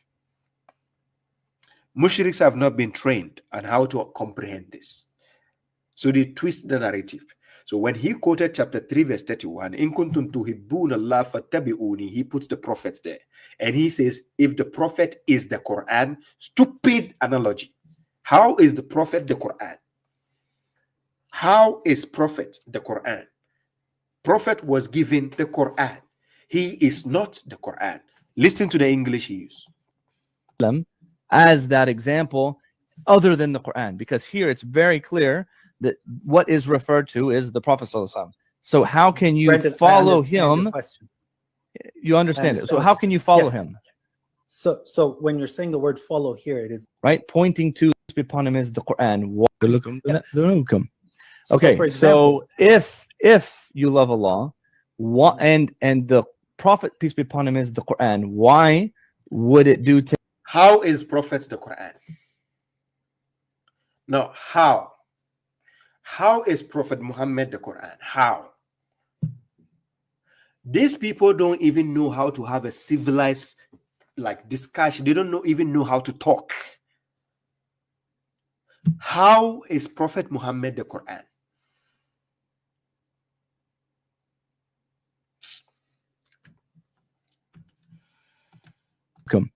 Okay, so if you love Allah, and the Prophet, peace be upon him, is the Quran, why would it do tab'eed of that and give the light? Why would it be doing ishara, right, pointing to the Prophet sallallahu alaihi wasallam as that example other than the Quran? Because here it's very clear that what is referred to is the Prophet ﷺ. So how can you Brendan, follow him? The verse is not referring to the Prophet, dummy. In kuntum tuhibbuna Allah fattabi'uni. The verse started with kul. Whenever you see the statement kul, it is referring to a messenger. You are a dumb person to think the verse is referring to a prophet. The prophet had two assignments. He's a prophet and a messenger. So when you see the kul, it is referring to his duty as a messenger, because he has to repeat what he has been told to say. That's a messenger. So a messenger has to deliver a message. So when God says, follow the messenger, he has a message to give you. Bozos. You understand it. So how can you follow him? So when you're saying the word follow here, it is not like copycat and do that kind of stuff. So the word follow was also used in Surah Ghafir, when the guy who believed, but he was hiding his iman, he said, Ya qawmi tabi'uni. And Pharaoh said, ittabi'uni ahdikum subul al-rashad. So here we have a bunch of people saying there are multiple gods. And Prophet Muhammad ﷺ saying there's one God. So people would follow either the polytheist or they're going to follow the prophet. And if you follow the prophet, God will love you. So it's not about what you guys are trying to attribute. If I'm going to follow the prophet, I'm going to judge with what the prophet used to judge with, which is the Quran. That's how we follow the prophet. So your question is not about copycatting. Yes, but that would be pointless for God to say it then. It would be, this verse wouldn't matter then. That Oh my God. My God. This guy is giving me headache. is a pointless, it's Allah would be saying something that's so obvious. Allah doesn't tell us things. It's like, duh. Like what is wrong with this guy? Is he a, oh my God, mushrik cowboy? It says God is telling us something which is obvious. It's like, it will be like, duh. This guy is the dumbest mushrik I've ever seen. Look, God created the heavens and the earth. It is obvious, but he's still telling us in the Quran. So are you saying God is stupid to tell us again that he created the heavens and the earth? Okay. Just like I have this phone. So Nokia created this phone. Then Nokia wrote Nokia. Then you are like, duh, I know Nokia did it. Why should they write Nokia?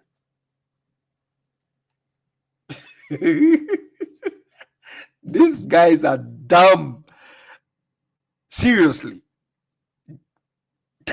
And these guys, to be honest, some of them are graduates, university, whatever. Oh my God. Yeah, God. Oh. The Quran God is something that is... God brought the water down and he revives the earth with it, which is obvious. That's not a duh. This is teaching us about the world that's around us. No, you can say, yeah, I see this, I see this, but Allah does not do something that is like pointless, like that is min ghafla, like it's heedlessness. They don't even find words. And these people went to school to graduate. How can you don't find the vocabulary again? That shows you when a person is messed up in the head. Common phrases, they can't even find it to join it to make a statement. Do you see how quiet the other mushriks are on the platform? In their head, they are like, this white guy is messing us up.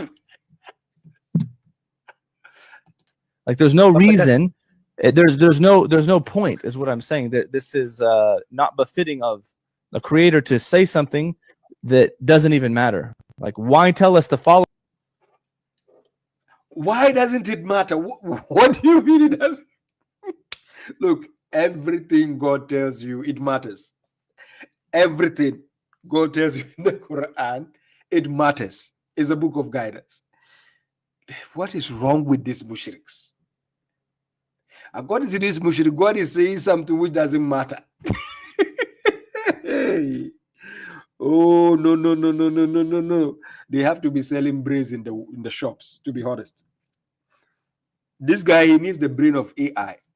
The mushrik cowboy, if you are listening, seriously, you need the brain of AI. Follow him if we're already reading from the Quran that we need to follow. Like, because I am following pointless. I'm following. But how do you know you're following? Why tell me? Why tell me to I follow don't think him we're going to resolve if, this today, guys. if the This same Quran is the question thing was that I'm asked supposed to be so many following, which is times. him? It doesn't mean him. Anyway, thanks It for your means the time, Quran that Muhammad. we're talking about. Yeah, Right, they've got but a God debate, says- by the way, with Al-Yamani on, Yeah, is it, which channel is that on? 22nd. Do you see how this guy, the Dawa wise guy, Hashim, do you see how he interrupted the conversation? Because he could notice the dumbness in what the Mushrik cowboy was saying. So he just interrupted. I'm serious. He noticed the dumbness of the stupidity of this, where the Mushrik cowboy was going with the discussion. He just interrupted and started talking about something else. So asking Muhammad about debate. Now watch. Second, it was COVFF, COVFF, Okay. with Brother Muhammad there.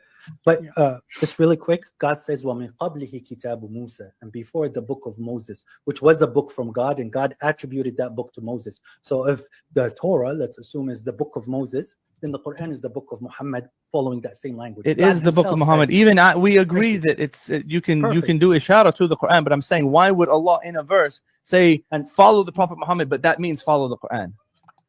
Oh my God.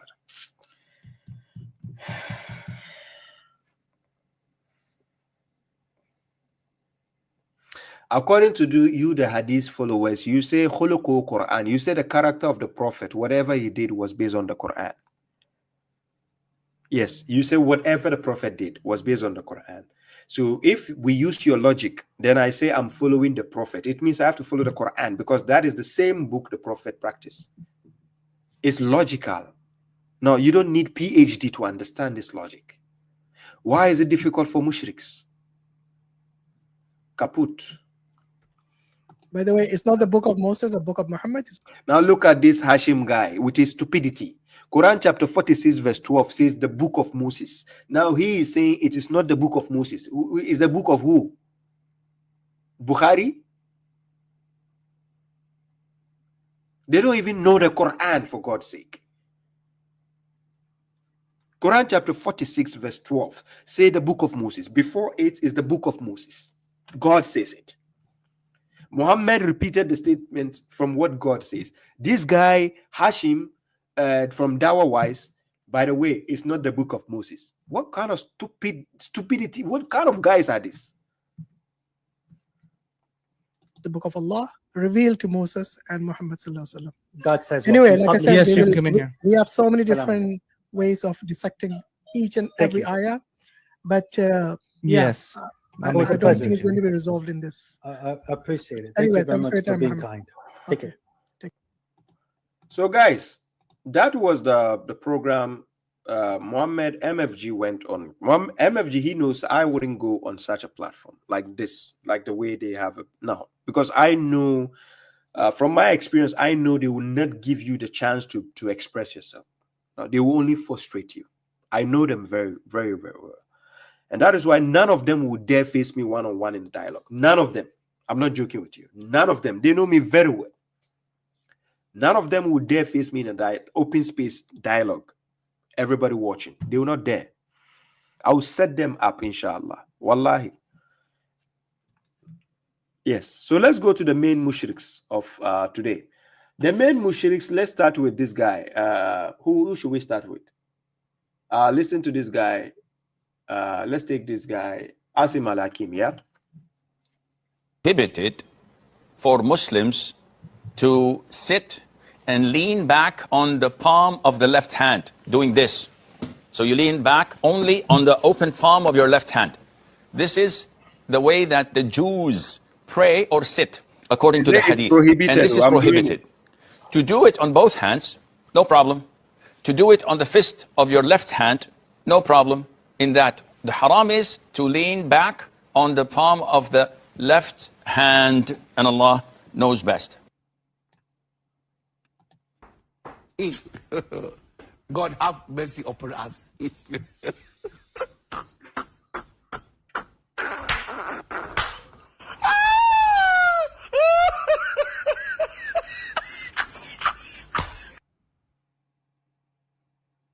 So, guys, you heard Asim al-Hakim, eh?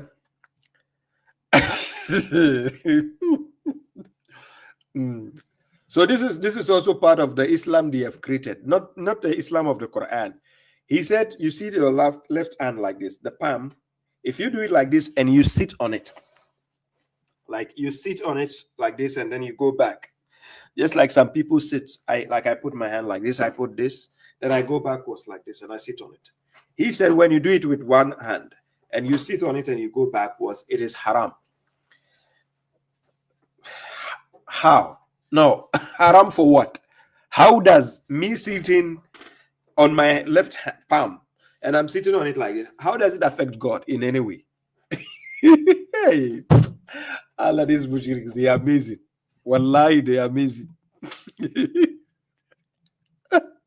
And but he says, when you do a fist, so you sit on a fist like this, your hand, and you put it, then you sit. How can you even sit on a fist? He said the fist is not haram. Hey, and then people are paying this guy 100 euro for, is it $100 for consultation, half an hour? Hey, Akurubatu, where are you? Where are you, Akurubatu?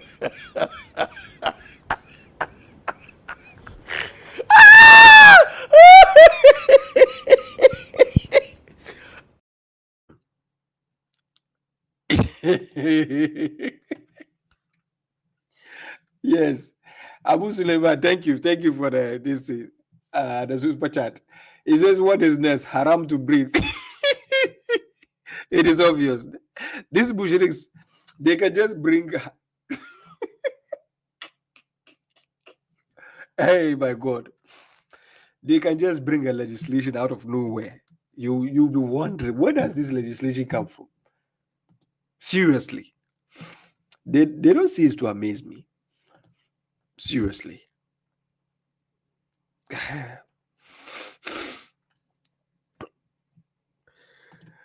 Yeah, Shurulini says the real problem are the people that actually send him such questions. I mean, what is the IQ? Their IQ, maybe 40. Do they even have a brain at all? How can you even ask? Yeah, exactly. How can they even ask such a dumb questions? Yes, Umar Jabant. People have to start claiming their money back from him because no. Let's go to the next person. It is a Shia scholar. This is what he has to say. Sadiq alayhi salam in the first ziyarah of Imam al-Hussein alayhi salam in Mafatih al-Jinan, what does he say? He says, and the entire universe, the earths and the 7 heavens, they cried for Imam al-Hussein alayhi salam. Every creation of Allah subhanahu wa ta'ala cried for Imam al-Hussein alayhi salam. And let me tell you more, even the inhabitants of hell, they cried for Imam al-Hussein alayhi salam.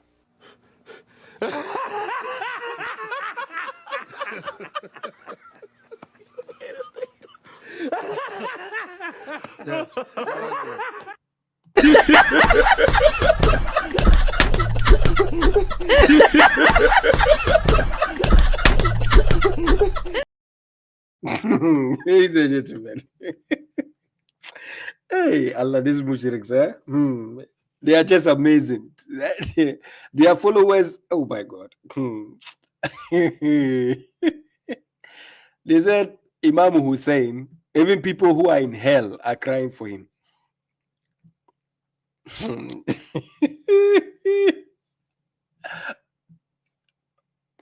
We should not, you see, when we see videos of these mushriks, it gets to a point we shouldn't be offended. We have to start laughing. Just laughing at somebody's statement. What somebody says something and you laugh, it is not haram. There is nothing wrong with that. Even Suleiman was like laughing at the namal, the female ant, the ant, when she said they should enter into their houses, Suleiman is going to crush them with their soldiers. He was laughing at the statement because it's funny. Now, when somebody speaks, when somebody says something funny, you have the right to laugh. You have to laugh. Even if you laugh your intestines out. You are not mocking the person. You are laughing at the person's statement. That is exactly what Baba Shuaib does. When you see me bringing the mushriks, playing their videos, what they say, it is their statements. What they say is what I'm laughing at. Not laughing at the person himself. No. I'm laughing at their statement. It's ridiculous. It's funny. Seriously. You start to imagine, where did they put their brains when they say those things? But people believe them. And people think they are honorable. Yeah. It's amazing. The next person, we go to Akhi Ayman. Interact with the people, inshallah wa ta'ala. Of course they see this, bro. They see this foolishness on my face. It's like 6,000 people. Everyone, for the sake of Allah. First of all, he went to TikTok. And you know, in TikTok, they send you gifts. Some people will send you gifts, like Brother Richard Green, thank you for the gifts. You know, Sister Alma Johnson, and so on. A lot of people do send me gifts on TikTok, right? So when they send certain gifts, sometimes it's a cap, sometimes it's a beard, it's like a lot of things. I need to show on your head, the love sign, and so on. So he went on TikTok. First of all, if you think it is haram, and it is not a befitting place for you to be, why go on TikTok? And when they are sending you the gifts, you are telling them, oh, haram, this is haram, subhanallah, oh no, don't put the gift. Hey, salam to you, Faisal Rabi. Yes, peace to you, my elder. Yes, you're welcome. I appreciate you. Yes. So look at Akhi Ayman. Look how he was doing. And by the way, this guy is the fake Jesus of the Mushriks. He's the Jesus of the Mushriks. He looks like Jesus. He looks like the fake Jesus. They actually, somebody who put that fake Jesus thing on his head. You watch what he said. I came here to interact with the people, inshallah wa ta'ala. Of course they see this, bro. They see this foolishness on my face. It's like 6,000 people. Everyone, for the sake of Allah. 6.1. You know, it's 6.1 right now because of this. You know that? No, lie. It's 6.1. Bro. Come on, man. A'udhu billah, akhi. What are these flowery tins, akhi?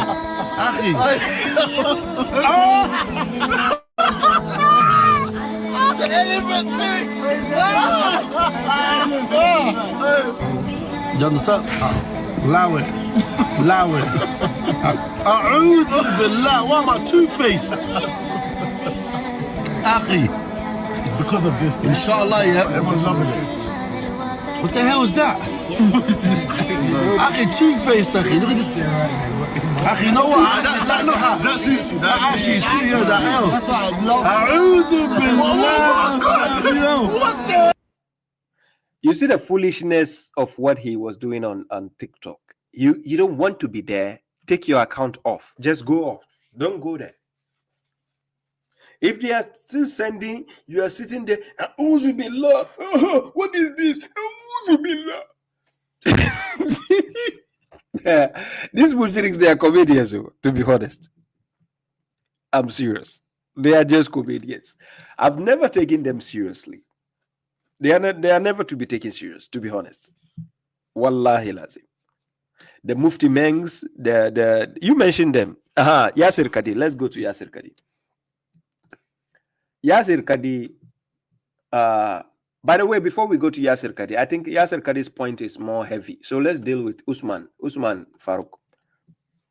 Says that he slept with her.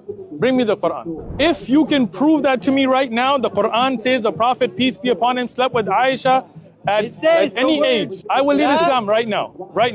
Right? But if that's not true, you're going to admit you're a liar. Go ahead. Sahih Bukhari 5134. Where's that in the Quran? I don't know, man. Find it. Where is it? You tell me. I don't know. I don't know. You don't know. You have an index? I do have an index. I got you, bro. So let's go through it, right? This is the back. Ikhlas, Falak, Nas. There is no chapter called Sahih Bukhari. Here's the whole index. Go ahead. 114 so chapters. It's in the Hadith. Oh, so it's not in the Quran. I said, if the Quran says that, I will leave Islam. And he said, if the Quran doesn't say it, he's a liar. Did he say that? Are you a liar? I'm a liar, yeah.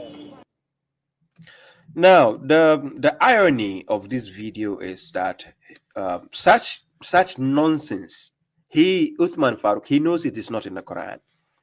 But he's using the guy's words against him because the guys first claim was that it is in the Quran, because these are what a lot of Christians and apostates, sorry, I won't say apostates, apostates according to the mushriks, the people they classify as apostates, they claim these apostates are using this kind of things against them, saying that the Prophet married Nana Aisha, the 6 years old girl.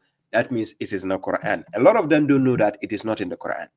They think it is in the Quran. So the argument was this, exactly like this guy. He was thinking the Prophet marrying 6 years old girl can be found in the Quran. So when he made that statement, then Uthman ibn Farouk now told him, prove to me.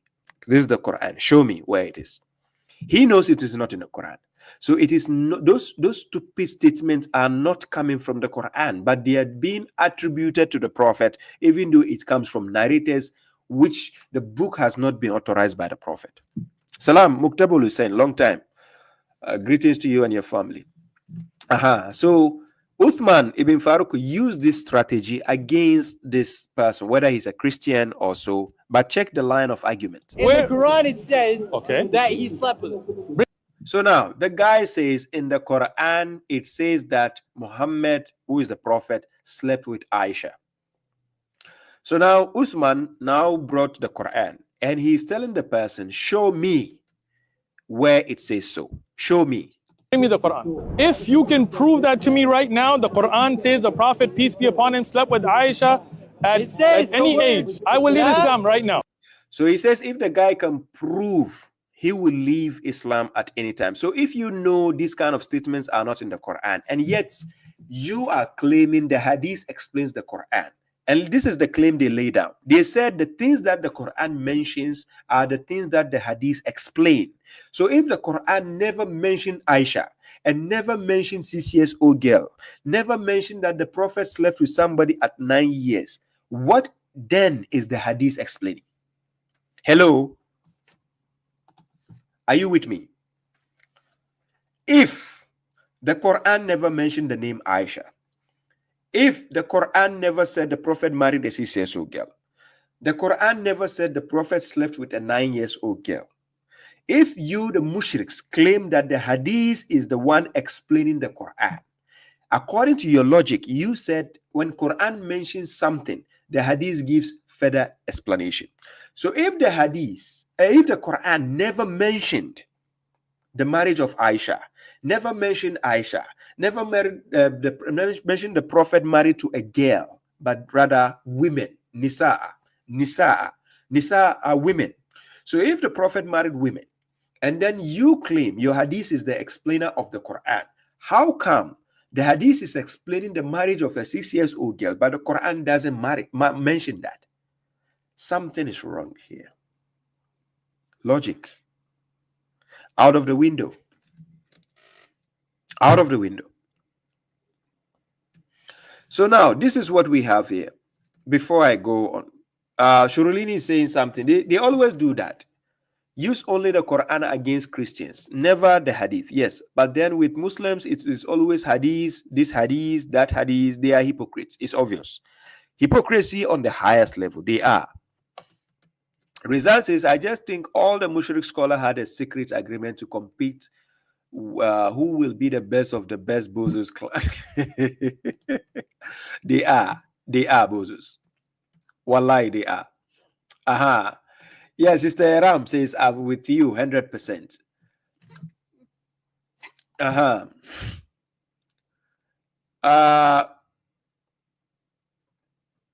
Guys, the whistle has been blown. Please, when I open the phone lines, kindly call in.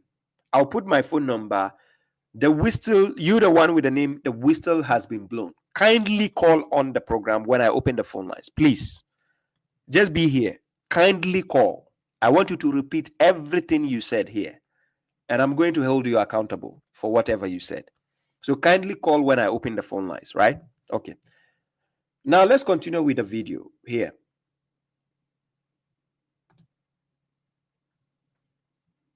Now, right now, right? But if that's not true, you're going to admit you're a liar. Go ahead. Sahih Bukhari 5134. Where's that in the Quran? I don't know, man. Find it. Where is it? You tell me. I don't know. I don't know. You don't know. You have an index? I do have an index. I got you, bro. So let's go through it, right? This is the back. Ikhlas, Falak, Nas. There is no chapter called Sahih Bukhari. Here's the whole index. Go ahead. 114 so chapters. It's in the Hadith. Oh, so it's not in the Quran. I said, if the Quran says that, I will leave Islam. And he said, if the Quran doesn't say it, he's a liar. Did he say that? Are you a liar? I'm a liar, yeah. I wish the Hadith followers can admit to their lies also like this. If Quran doesn't say Prophet is married to Aisha, or never mention the Prophet has a 6 years old wife, none of them. Since it doesn't mention, you are also liars because you keep attributing this nonsense to the Prophet. So you are liars also. Do you get the logic? Okay. So now let's go to the next video. And this video has to do with this guy. Let me go to the next video here. Where is this? And this video is about this guy, Yasir Kadi. Where did I save the video? Okay, it's here. Yeah. Standardized the copies of the Quran, and therefore from his time up until our time there has never been two copies of the Quran that are different even in one letter or one word. The Quran is the most protected of all scriptures, and in fact we as Muslims believe that God in his divine wisdom and plan has protected the Quran from any type of alteration. A few moments later. And when we say the various different ways to recite the Quran, we are not talking about different voices or different styles. In other words, if you were to compare two printed Qurans, you're going to see differences between them. Not just a voice or not just a speaking style, but also changes in letters and words and harakat. Brother, And it's very clear to you and to every single very advanced student and specialist that the standard narrative has holes in it. And I don't think it is wise to bring it up in public, because it should not be said in public. I don't even want to be explicit. It should never be brought up in public. This is not something you discuss amongst the masses, ya akhi. It's not wise. Leave it at that. Now, let me tackle this one by one. Listen carefully. I'm going to show you the contradiction in his statement, and you can use the same argument against the mushriks. So pay close attention. This part is very, very important. Now listen to this analogy.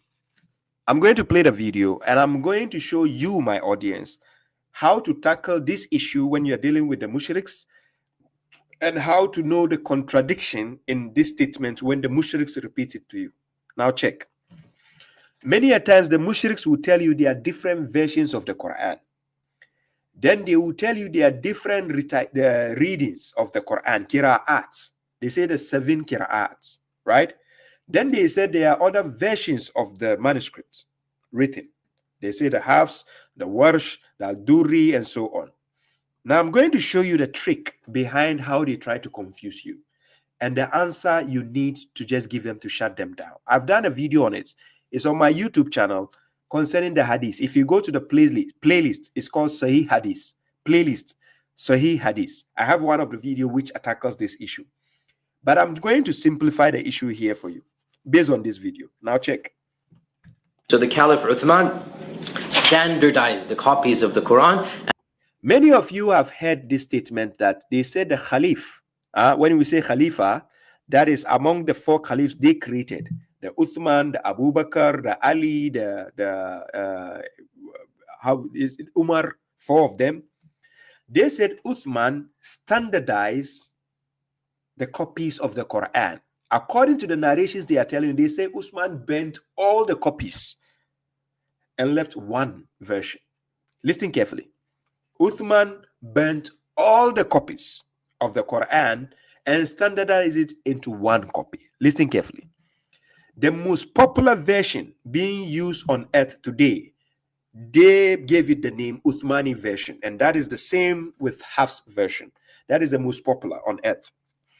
Now, if that is the narrative, and you said you have one standardized version of the Quran, and according to God, there is only one version of the Quran, and you said Usman burnt all the copies and left one. The question is, where from the Warsh version? Where from the Al-Duri version? Where are they coming from? If only Usman burnt all the copies and standardized the Quran into one copy, so that means there's only one version left. If that one version is left, and that is what has been standardized and is one and is the most popular in the world right now, where are the other versions coming from?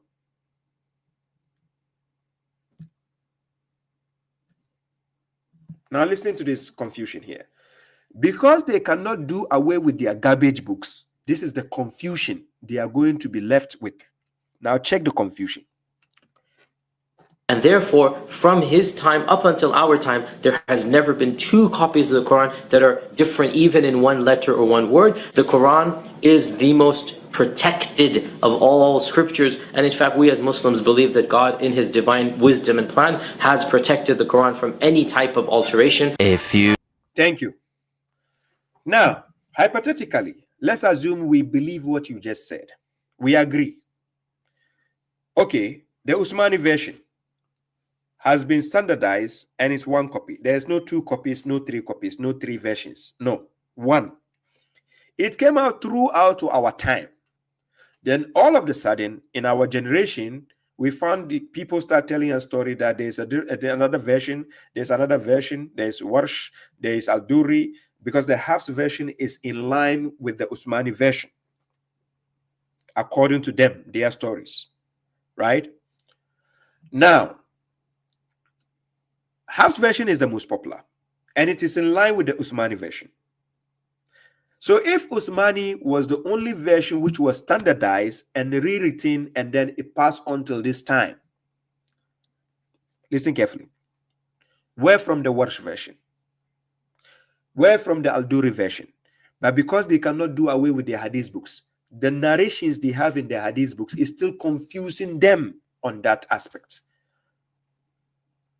So the Hadith books will lie to them that when the Quran was revealed, the Prophet read different versions of the Quran. That is a lie. Because the Quran gives the answer to that. There is only one version. Quran chapter 10 verse 15. Go and check. When the verses of God are recited to them, they tell the Prophet, bring a Quran other than this. Then the Prophet says, Kul ma yakunu li an ubaddilahu min tilka in nafsi. The Prophet says, I cannot change it spontaneously by myself. He used the word, I cannot change it. It's one. They told the Prophet, bring a Quran other than this. Meaning, if there's another version, bring it other than this. Bring a Quran other than this. The Prophet says, I cannot change it spontaneously by myself. There's only one. So that one is what we have. Then you went and bring the Warsh version. You went and brought the Al-Duri and so on. Other versions, who standardized them? Who? According to your own narration, who standardized those other ones? Okay, now check the narrative of this so-called graduate. Is it from Azhar? They say he's from which university? Is it from Medina or what university did he go? Help me in the comment section. This graduate of expert in Hadith books. Listen carefully what he's going to tell you now. Few moments later. And when we say the various different ways to recite the Quran, we are not talking about different voices or different styles. In other words, if you were to compare two printed Qurans, you're going to see differences between them. Not just a voice or not just a speaking style, but also changes in letters and words and harakat. Brother, And it's very clear to you and to every single very advanced student and specialist that the standard narrative has holes in it. Now he's telling you the Hadith narratives they have, the standard narratives has holes in them. So that means there's a question mark. This guy is an expert in Hadith books. He is telling you those Hadith books, narrating several instances of everything for you, has holes in them. Now let's go. And I don't think it is wise to bring it up in public. And he says, I don't think it is wise to bring it out to the public. What are you hiding from the public? What? that you lied to the people, so you are scared to bring it to the out to the public, and then they'll question you? Is that what you are scared of? It should not be said in public. Then he says it should not be said in public. Why? Because it will cause confusion. Because you've already lied to the mainstream people. So you are scared that if it is in the public, they will question you and you don't have answers. I don't even want to be explicit. It should. And he says, I don't even want to be explicit. You should never bring it up. Or this is what he's saying. Never be brought up in public. It should never be brought up in public. This is not something you... This is not something you discuss amongst the masses. This is not something you discuss among the masses. Because when you question this discussion, they don't have answers. It's not wise. Leave it at that. So they should leave it at that. For the lies you've told from all the hadith books, you want to leave it at that. You don't want your hadith books questioned. Ah, really? You don't want your hadith books questioned. So now they should leave it at that.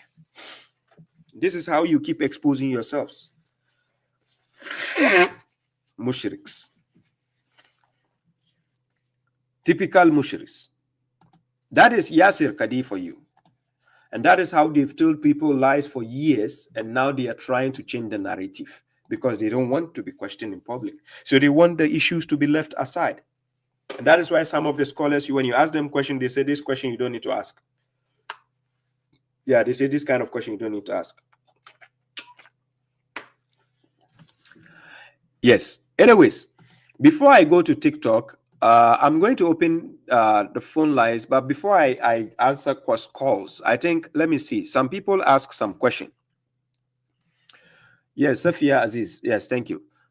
Faisal Rabi says, commands of Allah must be applied to our daily life and not how you sing the Quran. Allah says, whoever does not rule by the command of Allah, they are kafirs. That is true.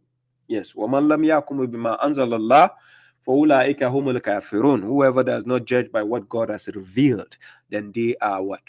The kafirs. That is true. And these people don't use the commands of God or the judgment of God. They use somebody's judgment other than God. So let me see some of those questions I've skipped. Let me see.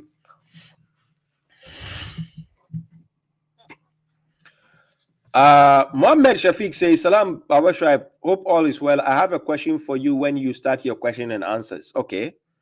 Rizal Zander says, Baba bro, is there possible one day Allah twist situation and make the believers? I think I have answered this, right? Sergio Ramos says, Assalamu alaikum, brother. Can you please give me your thoughts about usuli? Usuli wa what? Akhbari. Akhbari.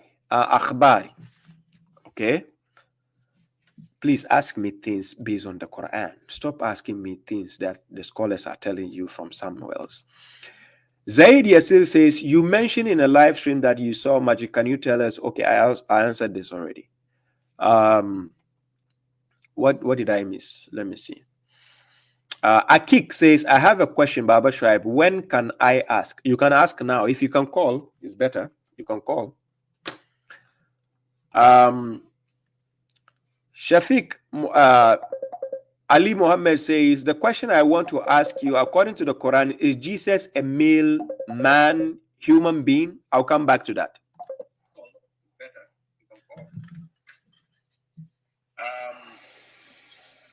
Shafiq Ali Muhammad says, I want to ask. Hello, salam alaikum. Please, can you mute the video you are watching? It's interrupting the live feed. Okay. Can you mute it so that we can talk?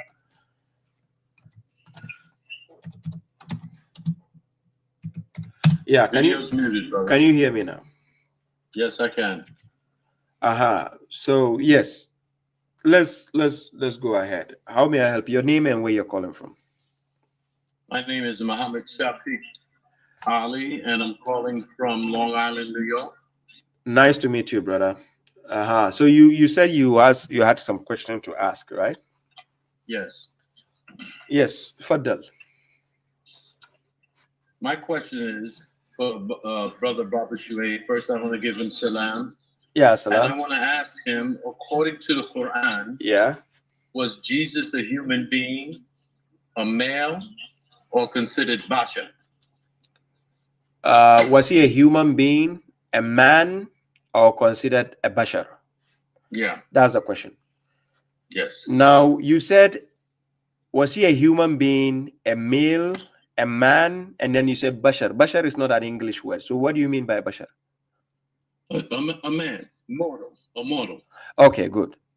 So now, if it's mortal, let's go and ask the Quran if he's mortal or not. So first of all, he himself said in Quran chapter 19, then based on this verse 33, when he was born, let me put the verse on the screen so people can see it. This is what he said. I hope you can see the screen also. You're watching, right? Yes, I can see the screen. Okay, good. So Isa himself, for people who want to know the context, you can start from verse 30, right? Chapter 19, verse 30. He's talking about Isa himself, right? So verse 33, he said, and peace be upon me the day I was born, the day I will die, and the day I will be resurrected alive. Right? So this quality shows us that he is mortal.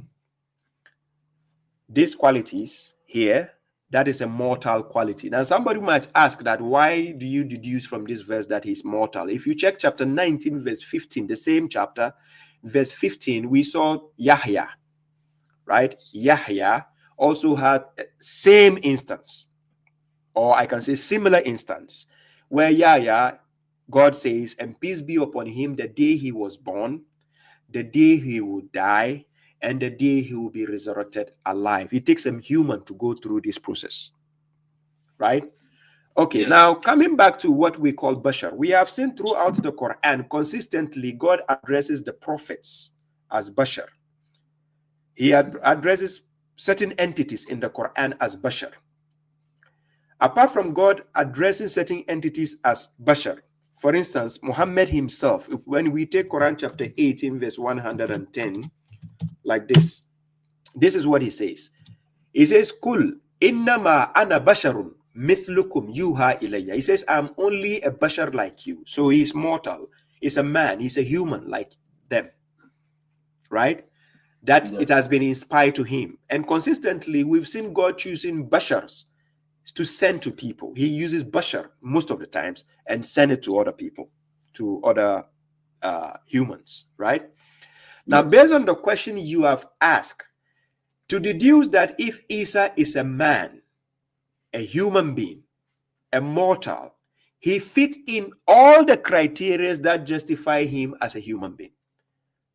But as for which type of human being, unless you make your question clear enough, then I can tell you where I can place your answer.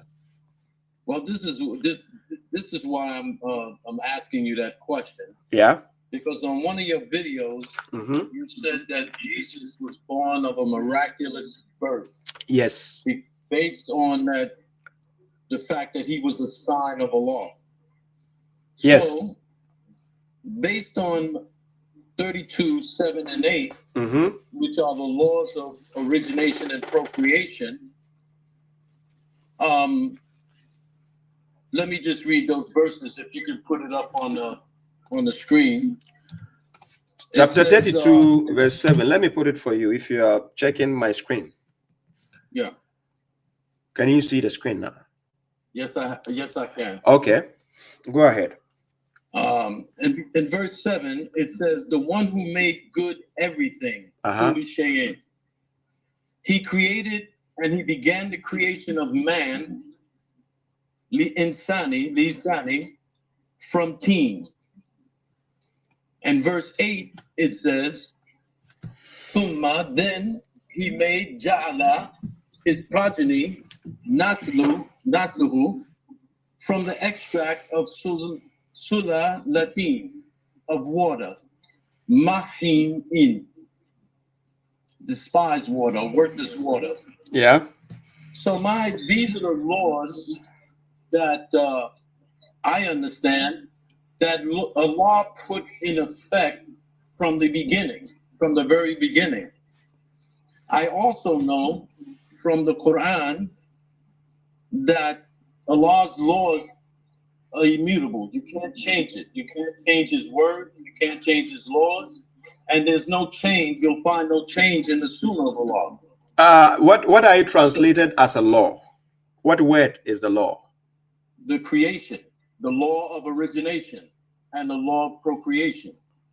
Okay, so after let me finish. No, I want to see the clarity in what you're saying first. Then I'm let you gonna finish. give it to you. You're going to see the clarity in a few seconds. Now, are you explaining a point or you're asking me a question? I'm explaining a point so you understand the question. Okay, so go ahead. If it's a question, go ahead. My point is this, that when I look at this verse, the word bada'a means to initiate, begin, or originate. That's the law of origination. In verse 8, when it says thumma, that signifies a transition in the sequence, meaning that after origination, a new process has been put in place. And nazahu, in the verse, speaks about lineage, offspring, and progeny. So based on that, when you said that Jesus is a miracle, he was born without a father, I'd like you to explain that. Even the prophet said, chapter 29:20, verifying the law, he said, travel in the earth and see how he makes the first creation, then Allah creates the latter creation. Surely Allah is the possessor of power over all things. 85:13 says, surely he it is who creates the first creation, then reproduces it. So I'm trying to understand, when you said Jesus was born without a father, how could that be? Even when Mary, I think it's in 1920, if I'm not mistaken, when she said, how can I have a son when no man has touched me? And then in 21, Allah says, so shall it be. So I see that as Mary speaking in the present tense and Allah speaking in the future tense. Because based on these laws of Allah, for human beings, it was the origination out of dust, out of team, and the procreation after that of all human beings. So I'd like you to explain in relation to Jesus without a father, how could that be from the Quran? Okay, thank you. Are you done? Yes, I'm done. Okay, so now first of all, you base your argument on Quran chapter 32, verse 7 to verse 9. So if you stick to this and you say that is the law of God, let me show you the contradiction in your logic. If you say that is the law of God, according to this verse, because my understanding, according to the Quran, my years of studying the Quran, you don't explain the Quran with just one verse. It is connected with different verses to give you a logical understanding. So if you quoted chapter 32, verse 7 to verse 9, and you said this is the law of creation, I'm going to show you the contradiction in that law you just quoted.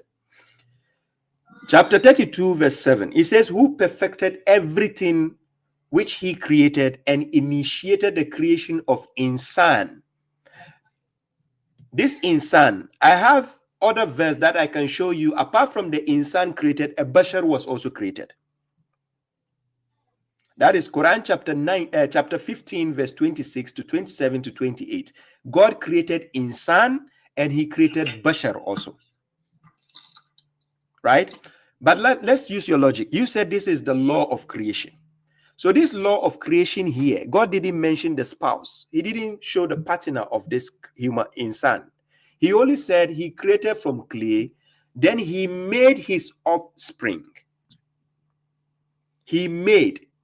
Now, logically, we all know it takes a mate for the human to mate with somebody before you get an offspring.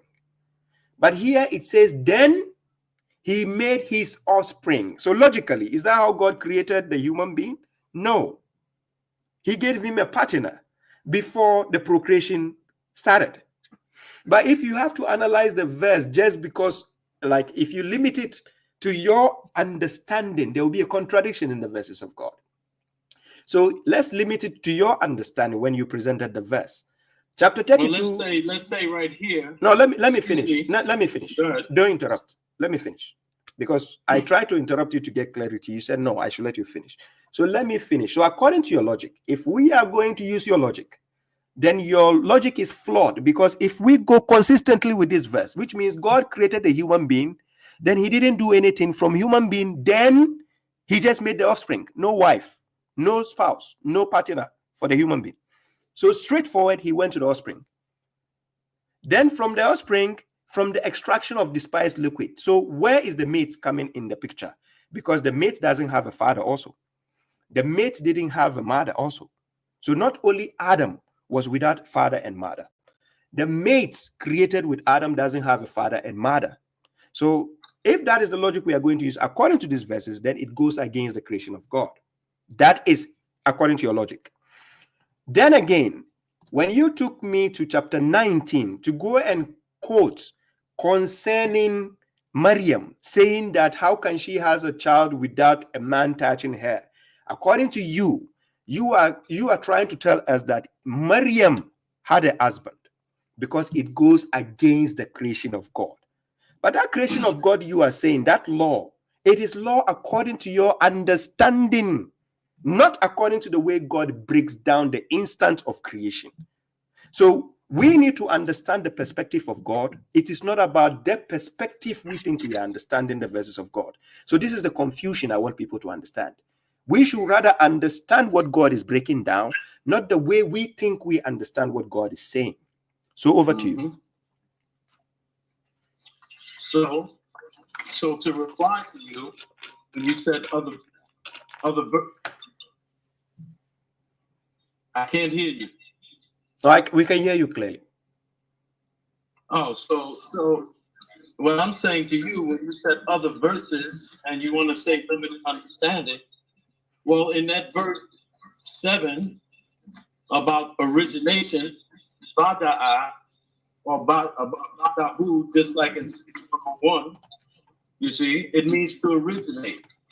If you go to 42:11, Allah shows you in the continuation of that, originator of the heavens and the earth, he has made you pairs from among yourselves, and pairs of cattle too, multiplying you thereby. Nothing is like him, and he is the hearing and the seeing. The word there, Fater, also denotes originator and creator. And the verse also says, based on verse 8, you see, the law of procreation, it's showing you that he made pairs. So in order for someone to have a son or a lineage or an offspring, they must have a male and a female, because it takes a Y chromosome to produce a male within a female. I have other verses also, but go ahead and explain. So if you said it takes a Y and X chromosome to produce, listen carefully. No, reply to 42:11 first about the pairs, the origination. No, I'll go there. Relax. I'll go there. Now I'm going to bring clarity to your question. Based on the argument you have presented, you say pairs. If I ask you to give me the breakdown on as to what God means by the pairs first, does it mean a man and a woman, or it means two males or two females? What do you mean by the pairs, first of all? First of all, the verse is self-explanatory. Why is it explanatory? Because the verse 42:11 says multiplying you thereby. Yes, but he even multiply us from one human being. He just gave us another verse where he made insan, and from one insan he multiplied and made us a lot. Didn't you just bring that verse to us right now? 42:11. No, initially, before 42:11. You quoted the law of procreation. I mean, a law of origination, where it says he created, right? He began creation of man. See, from teen. And then from an extract of water, meaning sperm. No, but that verse doesn't say that. The verse you quoted. In the Quran. Listen, chapter 32, verse 7, initially, the verse you quoted doesn't say that one there. I mean, you're just trying to hold me to a verse. I'm looking at the law. Oh, no, but I'm not holding you to a verse. I'm holding you accountable by the verses you presented in the first place. Exactly. Good. Exactly. Good. So I'm not isolating you. I just want to understand your logic. So when you quoted chapter 42 again, I'm just asking you, the verse he mentioned, is it about a man and a woman? Because the reason why I'm asking you this, so that I can take you to another verse to give you clarity. So in order to know how you are deciphering verses, are you isolating a verse to bring your understanding, or are you making God explain it further from another verse? That's what I want to understand. I'm letting Allah explain it by pairs, multiplying you thereby. How does human beings multiply? Is it by 2 females or 2 males? Or is it by a male and a female? Thank you. So that means when he first created Adam as a human being, the question we should ask is, how did Adam multiply to get a second version? Well, look at chapter 4, verse 1. Yes, I put it on the screen already. It's on the screen. Right. But now I'm asking you, if that you mean is according to procreation, a man or woman has to copulate in order to get to multiply, then how come from one soul God was able to get a second soul without anybody having to copulate, but the second soul evolved? So according to your logic, if that is the case, if any time a man and a woman have to join together for a procreation, for a soul to be developed, to be created again, then how come God was able to initiate the first creation without the copulation happen, and then a second creation without a father and mother happening? So how is it impossible for God to even do it a third time without even a father? How is that difficult for God? Okay, well, let me just say this to you. First, how Allah did the origination is part of the unseen, brother. And he didn't give us that knowledge. Only Allah knows that knowledge. 4:1 here talks about, right here, from that nafsi wahida, he created its mate, and from both of them, he created many men and women. That goes along with verse 8 in terms of procreation. The law of procreation.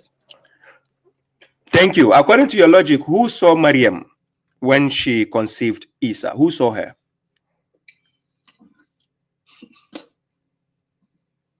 That's not the point, brother. No, but you just said.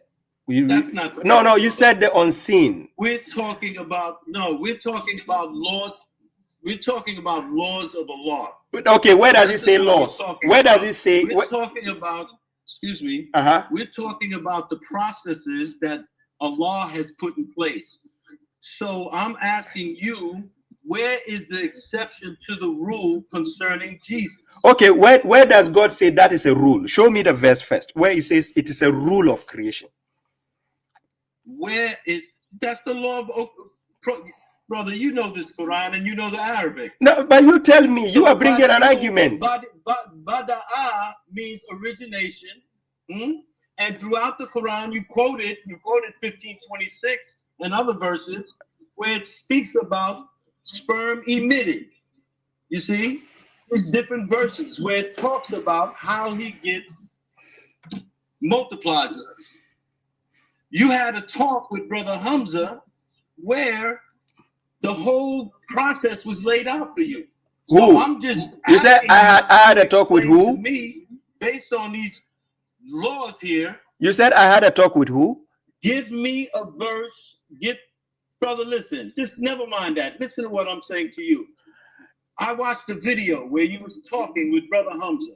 Brother Hamza, the point is, where was I talking? No, bring me clarity. Where was I talking to Brother Hamza? Brother, listen, don't talk to me like I'm silly now. Okay? Don't talk don't be emotional. I'm asking you a question. Stop going to that limit. You don't come to my platform to dictate to me how to talk. I'm just asking you a simple question, and I said, where did I talk to Brother Hamza? When he gave you 10 points, and the video before that, which you said, when he laid out virgin birth for you. He laid out virgin birth for me. Yes. Yes. In a dialogue or what? Or on his platform? Diverting me now from the talk. My question to you. You are bringing clarity to my audience. You are not only here to ask me questions. I can also ask you a question likewise. Do you agree? Yes. So why are you being emotional when I'm asking you a question? I'm not emotional at all, brother. So let me ask you questions. Stop telling me not to ask. So wait. So far, but so far, none of your questions has been tangible so far. Bring me a verse based on the laws in the Quran about how Allah multiplies us, how He originates us from the beginning, how He multiplies us thereafter. Bring me a verse from the Quran that shows that Jesus was exempt from that. Jesus was exempt from that. He doesn't have a father. If he has a father, give us a verse. Simple. No, I'm asking you to give me a verse where he didn't have a father. Okay, I'm going to show you. Quran chapter 19. Let me show you where he doesn't have a father. Sorry. Quran chapter 19, verse 34. We start from, not 34. Let's start from verse 30. So from verse 30, ladies and gentlemen, can you see the screen? He's asking me for a verse where Jesus doesn't have a father. So now, in order to understand this was Jesus when he was born, let's start from even verse 29 to make sense out of it. Verse 29. Ladies and gentlemen, write it down. Chapter 19, verse 29. It says, so Mary pointed to him. She pointed to the child. They, her family, that is the kindred, they said, how can we speak to one who is a child or a baby in the cradle? He, the child, said, indeed, I am a servant of God. He has given me the writing, that is Al-Kitab, and made me a prophet. And he has made me blessed wherever I would be, and has ordained for me the Salat and the Zakat as long as I live. So he is mortal. Then he says, and to be nice to my female parents, that is walidati. He didn't say to be nice to my both parents, to one female parent. And the word walidati is a feminine noun. So it's a female parent.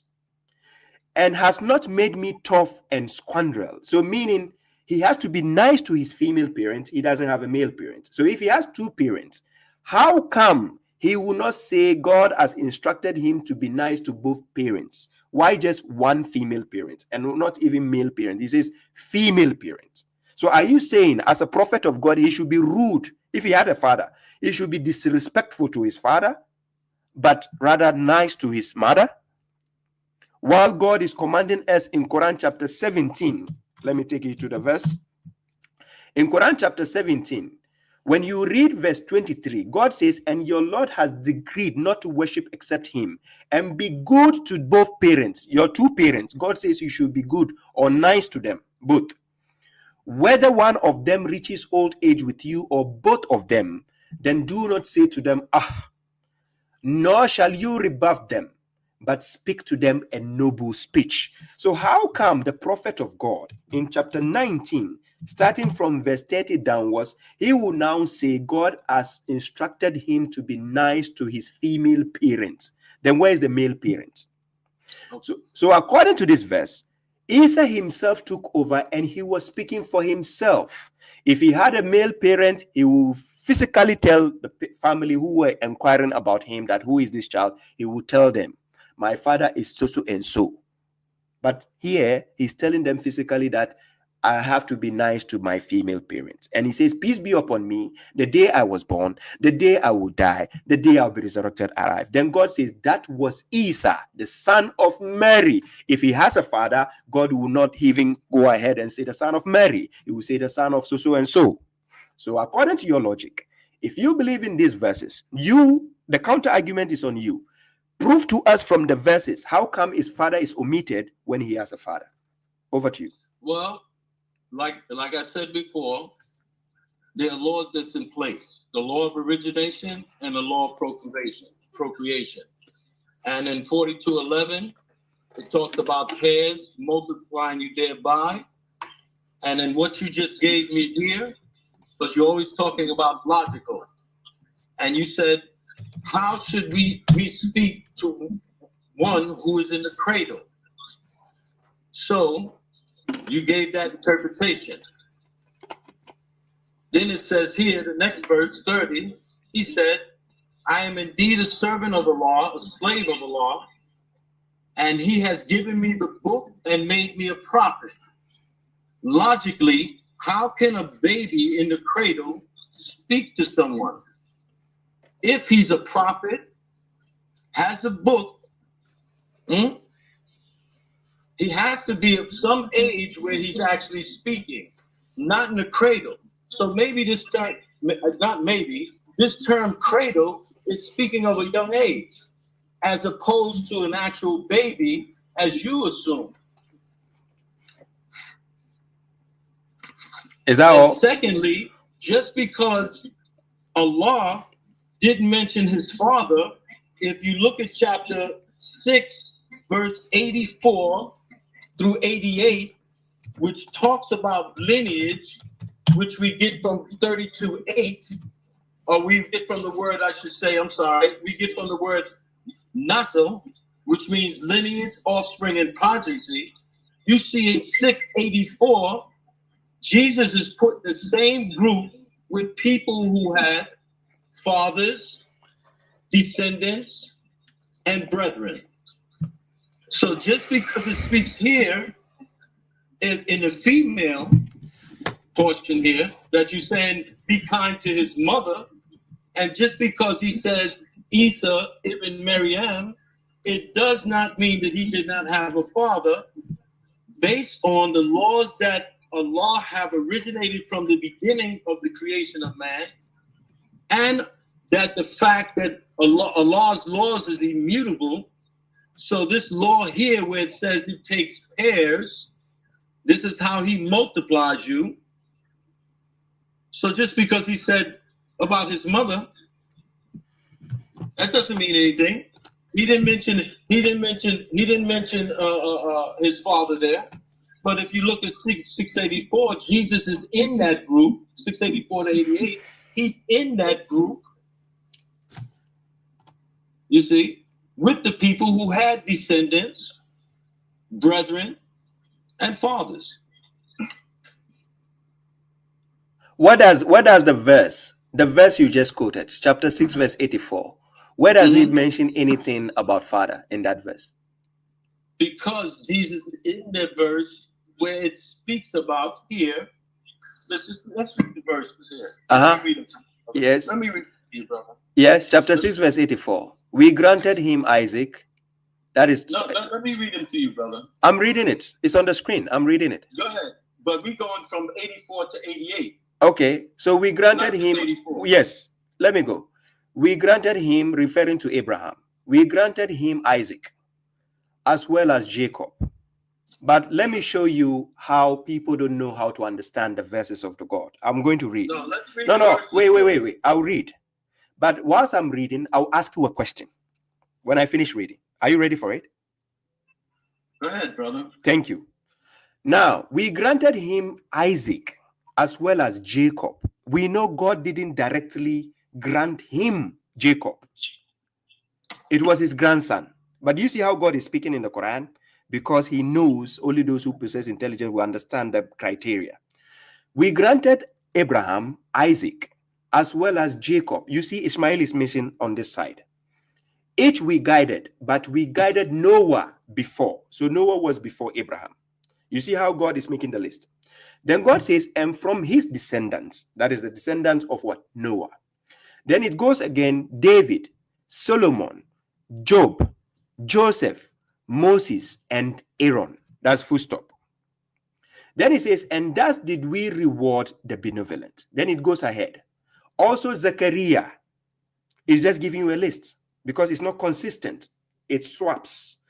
Zechariah, John, Jesus. Then it goes, and Elijah. Then it says, all were among the righteous. Full stop. Then it goes, also Ishmael. We already know Ishmael was the son of Abraham. But do you see where he was placed on the list? Down, even beneath Jesus. Okay. Ishmael, Isaiah, Jonah, and Lot. Lot was in the same time with Abraham. But do you see where he's on the list? Each we favored over all people. Then God says, also among their fathers. Listen carefully. Among their fathers. Then he says, and their descendants. Then he says, and their brothers. And we chose them and guided them to a straight path. God never used the word among all. You will never see the word all of this list mentioned there. I'm not saying all, brother. No, I'm talking to my audience. No, wait, brother. I'm talking to my audience, not you. God never used the word all of them mentioned in this list. And for instance, when I started, I showed you how the list is not even consistently talking about the root where you came from. If it is the root, then this list will be not in order. But it says also among. That's why he used the word among. So not all of them. Among their fathers and their descendants and their brothers. And we chose them and guided them to a straight path. Verse 88.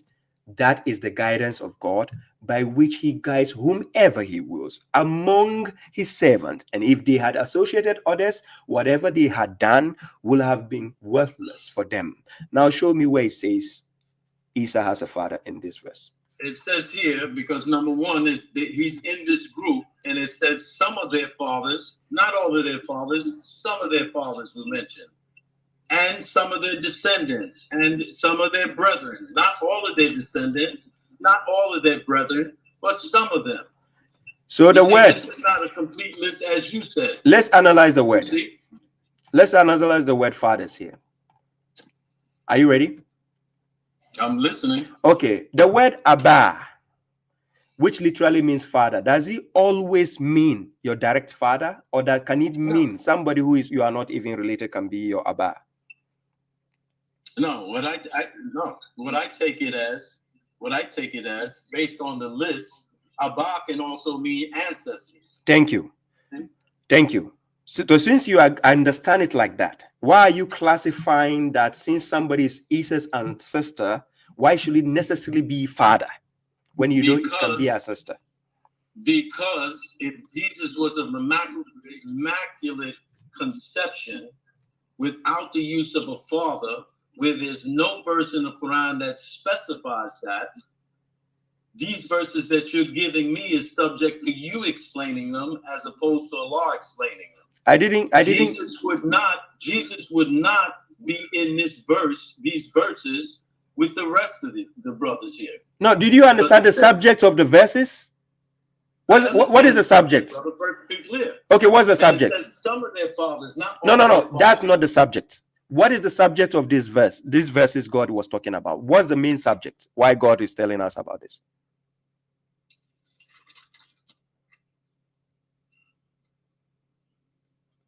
He's talking about the prophets among Abraham's descendants. No, what is the main subject? The verse speaks for itself, brother. But, okay, let me help you out. The subject, let me help you out. Each one of these people that he said they were righteous. Wait, but the subject is about guidance. The people. No. This is the subject. The subject is about. The subject in this verse is with what I'm saying. What I'm saying to you, Jesus is in this verse. And I said It doesn't necessitate he has a biological father just because it's in his So then verse. give me a verse that says he doesn't have a biological father, brother. The burden of proof is not on me. You are the one claiming he has a father. You and I, who has to prove? And I gave you the proof. Okay, who is his father? I gave you the proof. Who is his father? He had to have a father. Who? He had to have a father. Who is the father of Based Jesus? on the law of procreation, brother. I said, who is the father of Jesus? And I'm answering you. I'm answering you. So that means you are assuming. Had to have a father based on the law of procreation, based on the way Allah described that he multiplies you thereby. So how come the spouse of Adam doesn't have a father? First answer that question. No, you haven't answered my question. I said, who is his father? Who is his father? You haven't answered my question. I ask you, who is the father of Jesus? Answer my question first, brother. No. Listen carefully. You answer my question first. But listen to the point. And my question was this. No, listen to the point.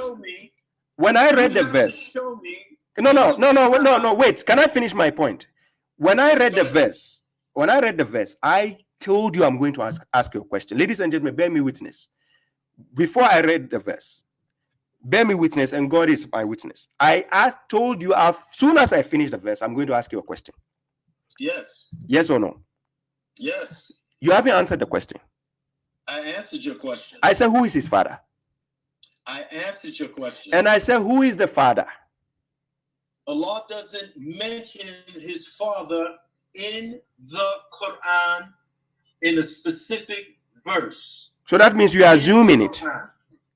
No. This is what I'm saying to you. I'm saying to you, based on the laws of procreation, that it takes a male and a female. Where does God say that? A Y chromosome. No, where does God say Y chromosome, X chromosome? Where does it say in the verse? You can take out the Y chromosome and X chromosome. He multiplies you from pairs. Where Allah said he created males and females. Where does it say that as a law? You are saying based on the law. Where God? I'm going to show you right now. Where does it say law? I need to see the word law. Yes. Same thing that Mary said. Zechariah, you see, he was of old age. His wife said, he said, how can I have a son and I'm of old age and my wife is barren? Allah told him, so shall it be. Present and future tense. Allah speaks about the mixture of sperm and ovum in the Quran. You know this. You know this. But God clearly tells us Zechariah has a spouse. And the laws are not immutable. I said God clearly tells us Zechariah has a spouse.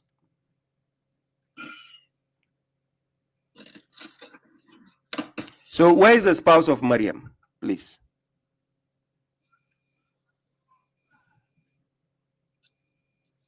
It shows you in this verse 87, brother. 87 that Maryam has a spouse. He wouldn't be included in this verse, brother. But are you aware that?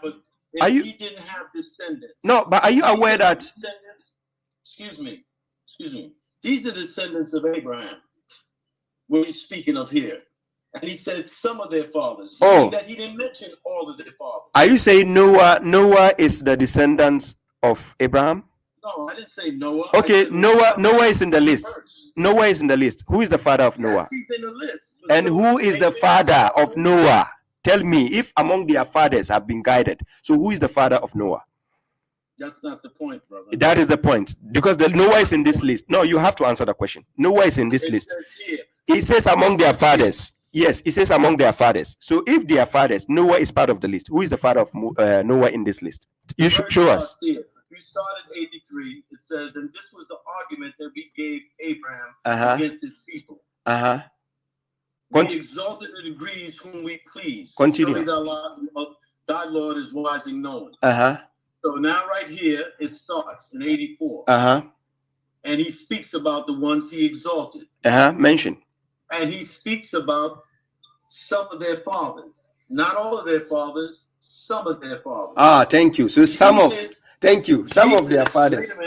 Wait a minute. Jesus wouldn't be included in this list if he was one without a father. Was it only about fathers? It would say he would be independently in a list saying that he was a miraculous birth. But you just contradicted yourself. You said the word father is not isolated to father. It can be ancestors also. We was expounding on the word, brother. So why did you intentionally stick to the word fathers? If it is fathers, how come? Okay, where is the father of Noah in this list? Are you trying to tell me in this list mention the father? In the verse, it says some of their fathers, not all of their fathers. Thank you. That was my argument. That's my argument. But they're in the verse. The people are in the verse. Which people? Why would you be included in the verse if your birth was against the law? No, which law? You keep saying law. You couldn't prove a verse. But you couldn't prove a verse which says that's the law of God. And you can't prove that Jesus was miraculous birth. I just showed the verses where he's miraculous birth. That he was a miraculous birth. Okay. Verses didn't show that he was a miraculous birth without a father. Chapter 19, verse 60. Chapter 19, verse 60. I'm going to prove to you again, unless if you just want to be arrogant to the verses of God. But let's go again. I'm not arrogant, brother. No, but let's go again. I'm asking you to speak about the laws that Allah I put said in place, I didn't. Then show me, Brother Mohammed, I never said you are arrogant. Put the laws in place for the human being. Listen so listen to my point. I didn't say you are arrogant. I said unless if. Listen to my English very well. That's why I said don't be emotional. I never said you are arrogant. I'm not emotional, brother. But I never said you are arrogant. I said unless. I'm not emotional. Okay, but then listen to me carefully. My choice of words. You're asking me questions. I'm asking you questions. Good. So then I said, I never said you are arrogant. I said, unless if you want to be arrogant. So that's a different statement altogether. So don't say I said you're arrogant. I never said you're arrogant.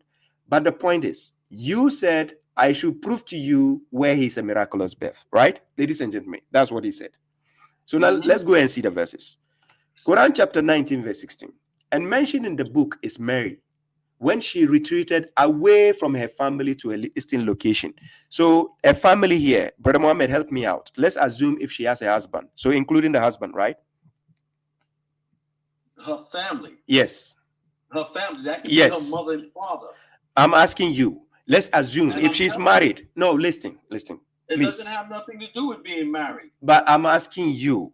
Let's assume. If he says her family. Assuming. You can't assume. But you are assuming he has a father. Can you prove he has a father? Now, listen, don't get emotional. I'm not getting emotional. I'm just, it's funny for me. You said, mention Mary in the book when she drew aside from her family to an eastern place.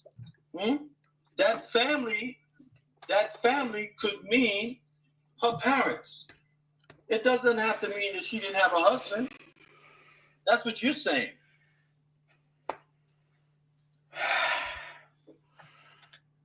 I brought you to this verse. I want to show you something. So I'm asking you a simple question. So I said, her family.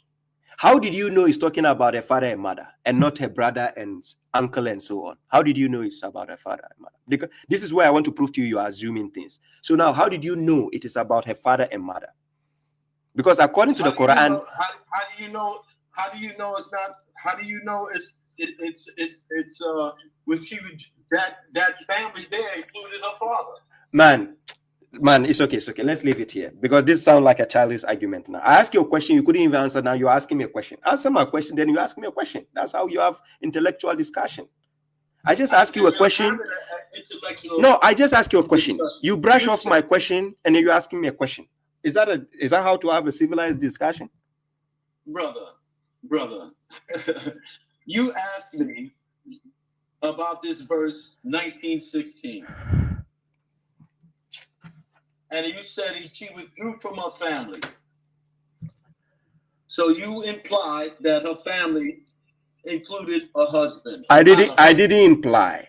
I just ask your point of view. So her family. Then I say, let's assume. Does it include her husband if she has a husband? Because you guys are claiming she has a husband. Obviously, you know, say she is not married, right? You guys believe she's married, right? Yes. Thank you.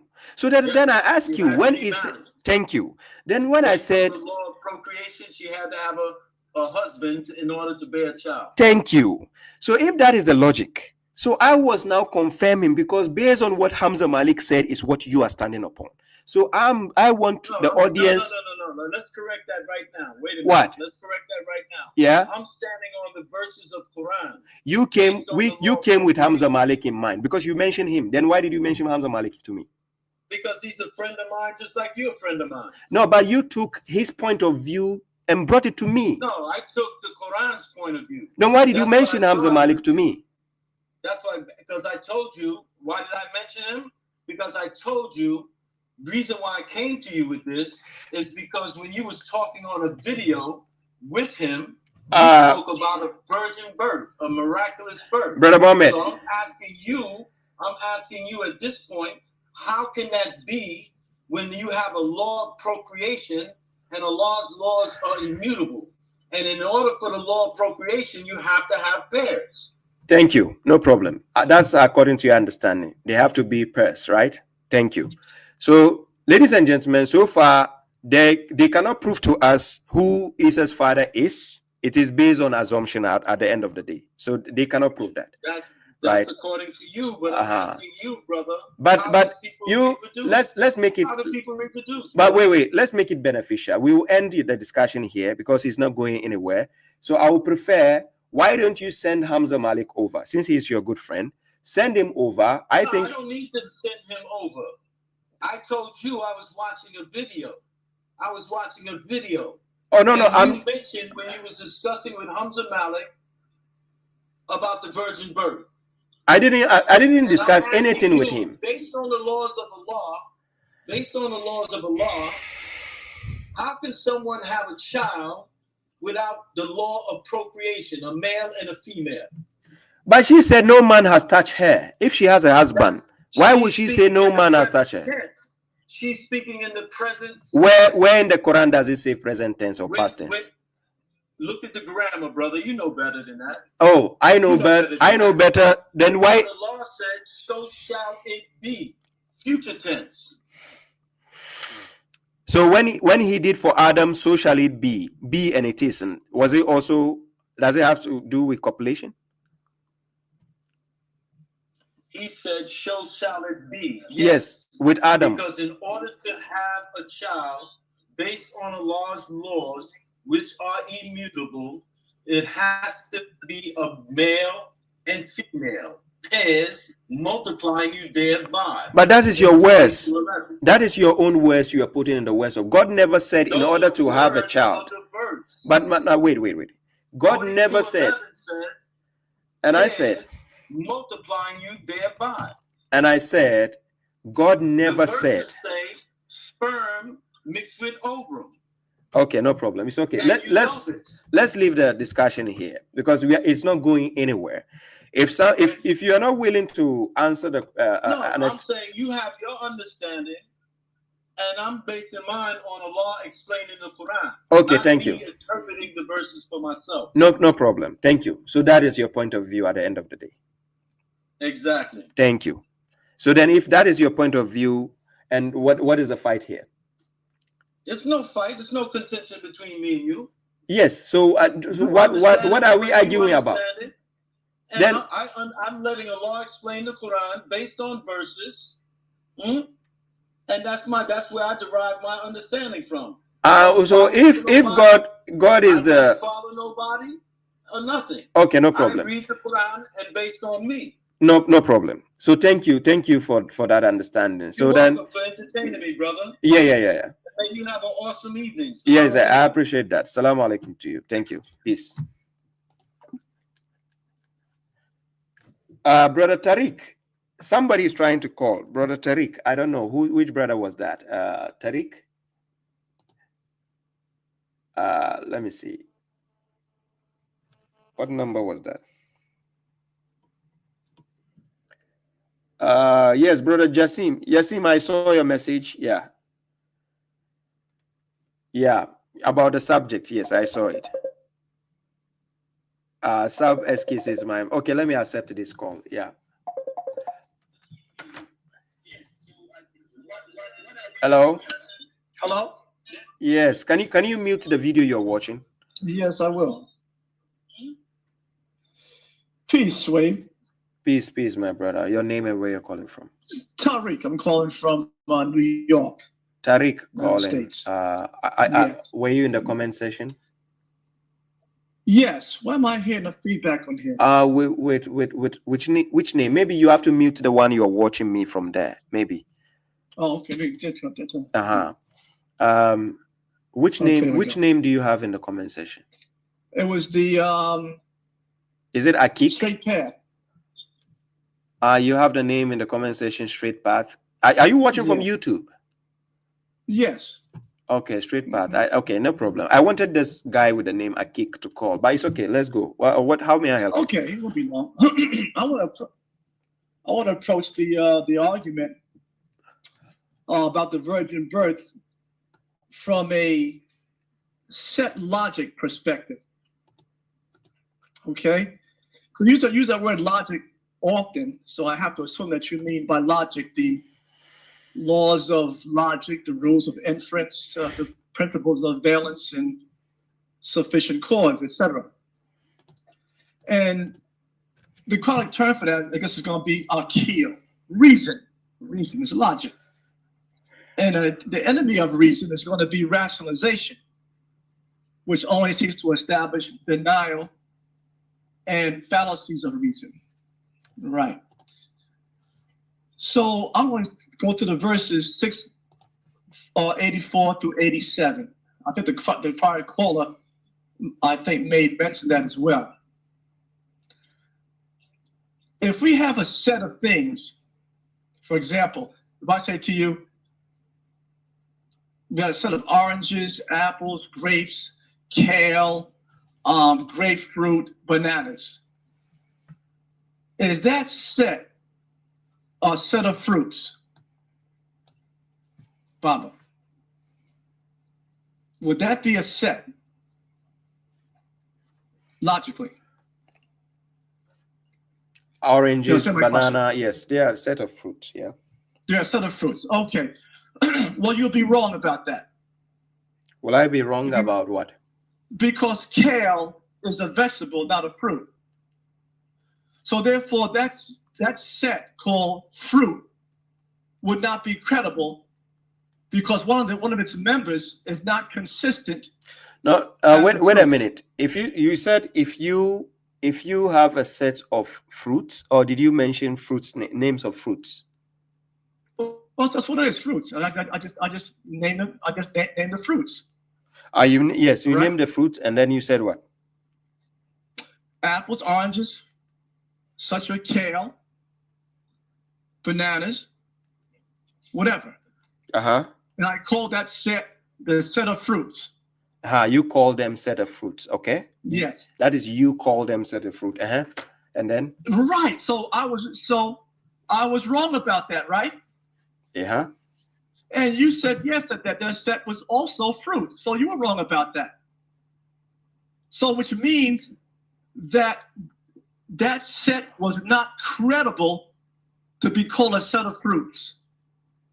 Because there was a contradiction in it. Which was the kale. Good. Oh, no. Wait. It depends on the context still. There's no context. No, let me help you out. No, let me help you out. If you go to the fridge and you put fruits and vegetables and you tell somebody, go and give me the set of fruits, the person you are dealing with knows the fruits he's going to pick up from the fridge. He's not going to add the vegetables. So you mentioning that there's a kale, there's this. After mentioning the fruit, you added the leaf of kale, something inside. When you say set of fruit, you didn't use the word all of them are set of fruits. You didn't use the word all. Look, there's a choice of words when you use. Baba, are you following this at all? I'm following. Let me finish the statement. Okay. There's a choice of word when you use, it seals an argument. If you mention boys and including one girl in their mix, and then Whilst I'm talking to you, like I say, you see over there are the sets of boys. Now, the person you are talking to, using his rationality, when he lifts up his eyes, he can see boys, even though he can see girls standing, but he will see boys. But had you said all of them standing there are the set of boys, that will be a contradiction, because you have already finalized that statement by using the word all. So the choice of word God uses in the Quran most of the time, sometimes he will use the word all, sometimes he will use among them, sometimes he uses some.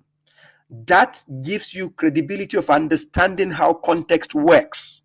So you bring in this example, hypothetically, in the same line of argument, to come and just say apple, orange, banana, and then the leaf of kale. Are this set of fruits? Now, when you ask like that, your question is not complete. Okay, can I respond now? Yes, respond. Okay, good. So you have all that, you have that wrong. I simply asked you about set logic. Do you know what that means, set logic? It has to be means that all members uh-huh. of a particular grouping, a particular set, have to have at least one thing in common to be called a set.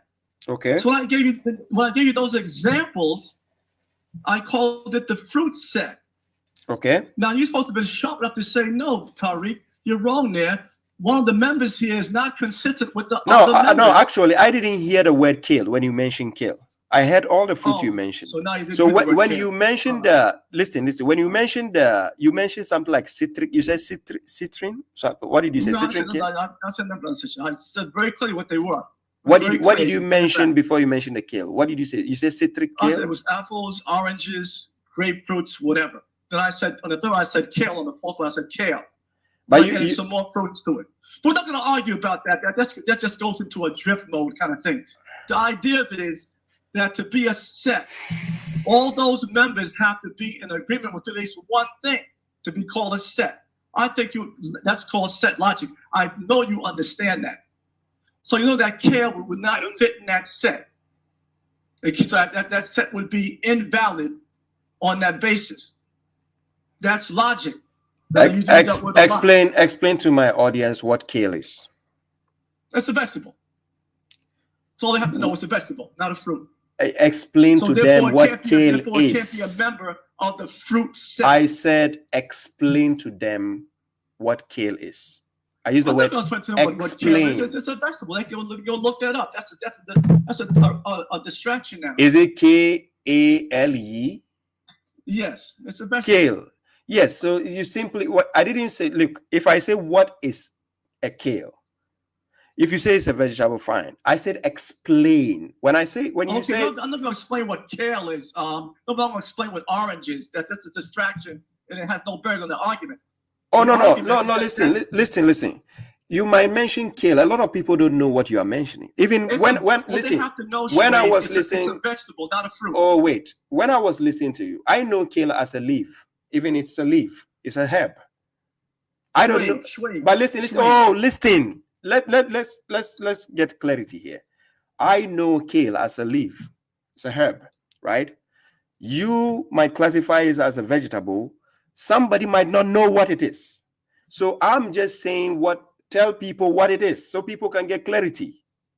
It's a vegetable. It's not a fruit. That's all I have to know. Let's go ahead. Anyways, bring your arguments. All right, good. Now, so on the set logic, every member has to have at least one thing in common. Now, based on that logic, when you go to 684, with that other color mentioned, Allah mentions, we'll call that grouping of those 18 prophets, we'll call it Allah's claim regarding the 18 prophets. Allah's claims regarding the 18 prophets. That's the name of the set now, name of that group. He names 18 prophets, and he gives characteristics of those prophets. Now, if one prophet is inconsistent in any degree with the others, that whole grouping there now has a contradiction in it, just like Kale did in the fruit set. Okay. So Allah says that, hold on, let me finish the No, point. okay. So Allah says, Wait. I can't just allow you to keep talking forever. well, you have to let me finish the No, you point. finish. You finish. Don't worry. No, I didn't finish. No, you finish. If you are going to, wait. If you are ahead. going to use the same example, analogy for the fruit back to the prophets, then you have failed, because he doesn't say the set of prophets in that list. God, that's why I asked the guy Muhammad, what is the subject matter of that, or those verses he quoted? What's the subject matter? I'm going to use the same question to you. What's the subject matter of the verses used there?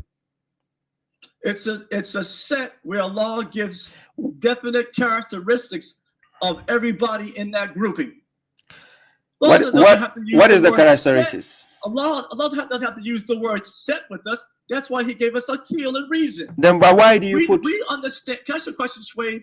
Those 18 prophets, do they comprise a group right there? But the point is... It's not a grouping, Shuaib. You don't even know the grouping, why God put the grouping. Do you know why he put the grouping? I'm not asking why he put it there. I'm saying, is it a If grouping? you don't know why he put, then how can you even have argument over that? Okay, let me show you the grouping, why he did that. Because you don't even know the subject, why he grouped why them. he did it. I'm saying, is that a grouping? Yes or no? Grouping of what? Of 18 prophets. Based on what? Based on certain characteristics. About what?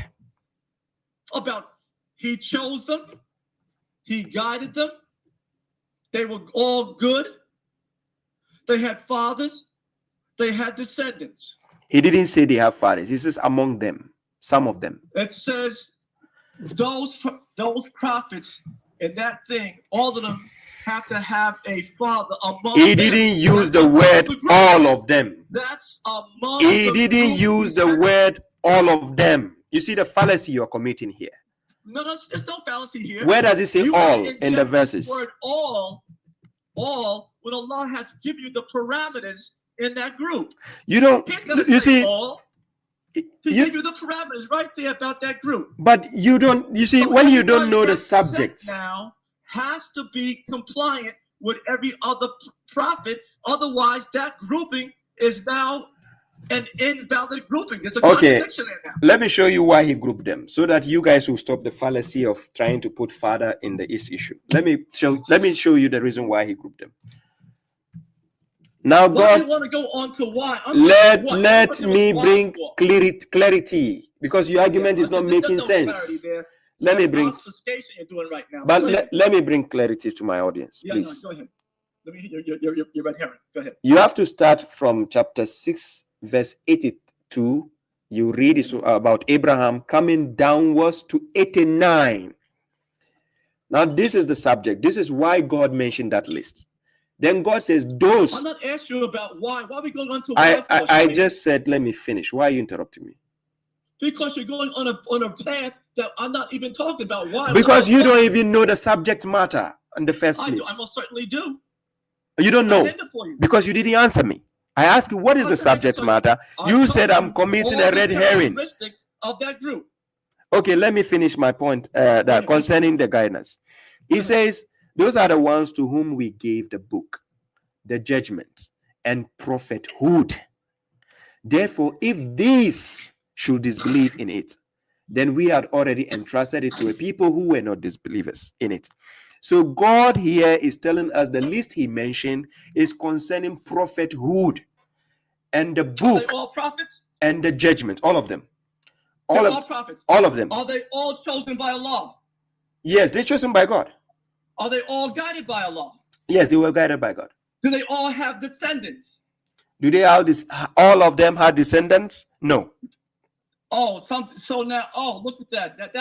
That's completely egregious on your part now. But the no, that didn't have descendants that contradict all of them. Right there. You said all of them. Where in the verse that you say all of them have descendants? So let's go back to the verse. Within the, let's use this word all. All is included. Thank you. In the let's itself. Use the verse as the epitome of argument. Is included in the parameters of that group. Chapter 6, verse 87. About 18 prophets there. Check the screen. Chapter 6, verse 87. Can you see the screen? Let me see. See the screen. I closed it down, so I thought I was getting feedback. I unthought my glasses. Okay, what's it say there? Can you see the screen? Yeah, it says something about Mary here. Now, God used the word wamin. When we say min, we say among. So it can be some of or among. Now, if you translate it, is there any sum in that? Is there any sum in those verses there? Did you understand the English I just spoke? Yeah, I know. Is that what you said? I was seeing no sum there. No, I said, did you understand the English I just spoke? Of course I did. But you put in the word some there. I'm asking you a question. Did you understand the English I just spoke? Very clearly. Thank you. I said it can be among, or you can use the word some of. No, you can't use the word some there. What is how well do you understand Arabic language? Listen, let's not go into that stuff, Shuaib. Listen, the parameters of that group are clearly stated by Allah. When all those people in that group, those parameters, that's all right there, Shuaib. Yeah, but you don't know the parameters. Are you here to argue, or you want to have a discussion? I'm having a discussion. No, but you're arguing. You are not having a discussion. You are arguing here.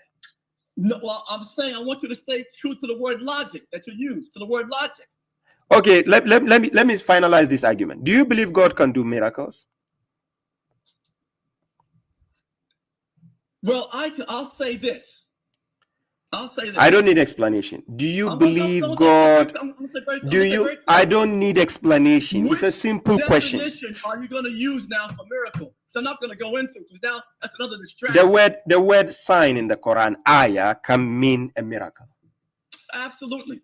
Thank you. So do you believe? But answer the question. Do you believe? I said answer the question. Do you believe God? I'm asking you to give me your. Are you listening to me? Now define it for me. Are you listening to me?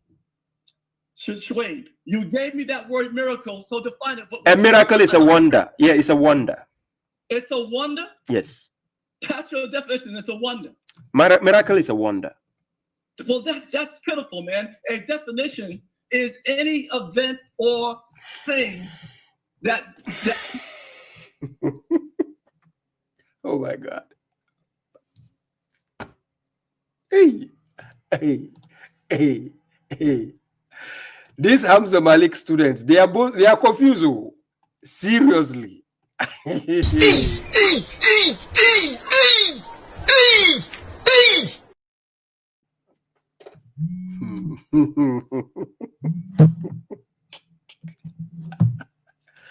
Oh my God. Seriously, ladies and gentlemen.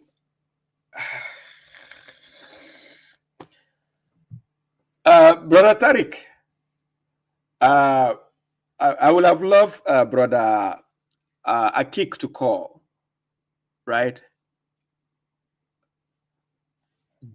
Yeah, Brother Akik says he's busy, right? He says, right, at the moment I can't call. So could you just view my question based on the arguments I presented in the chat? Akik, I think I missed where your question is even. I missed that part. Where is it? I don't know where it is. It's in the chat. I wasn't paying attention to the chat.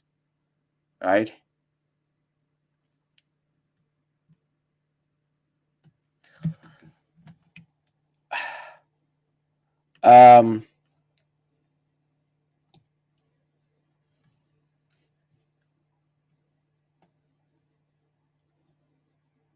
Akik.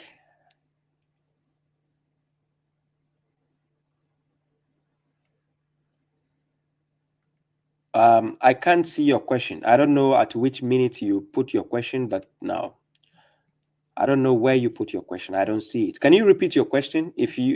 Since you are the one who asked your question, it's already 3 hours.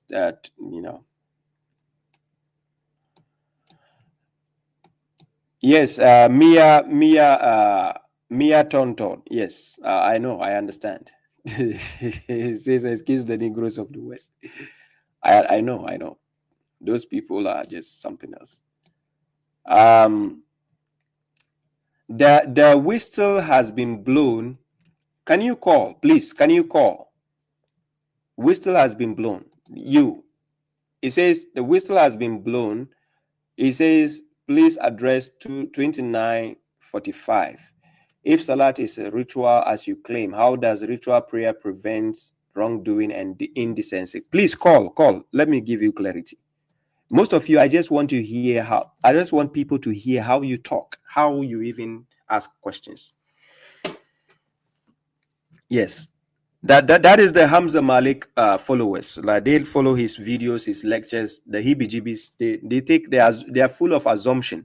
They don't believe in miracles. They are not religious. They are out of coverage area totally. The whistle has been blown. Please, can you call? Please.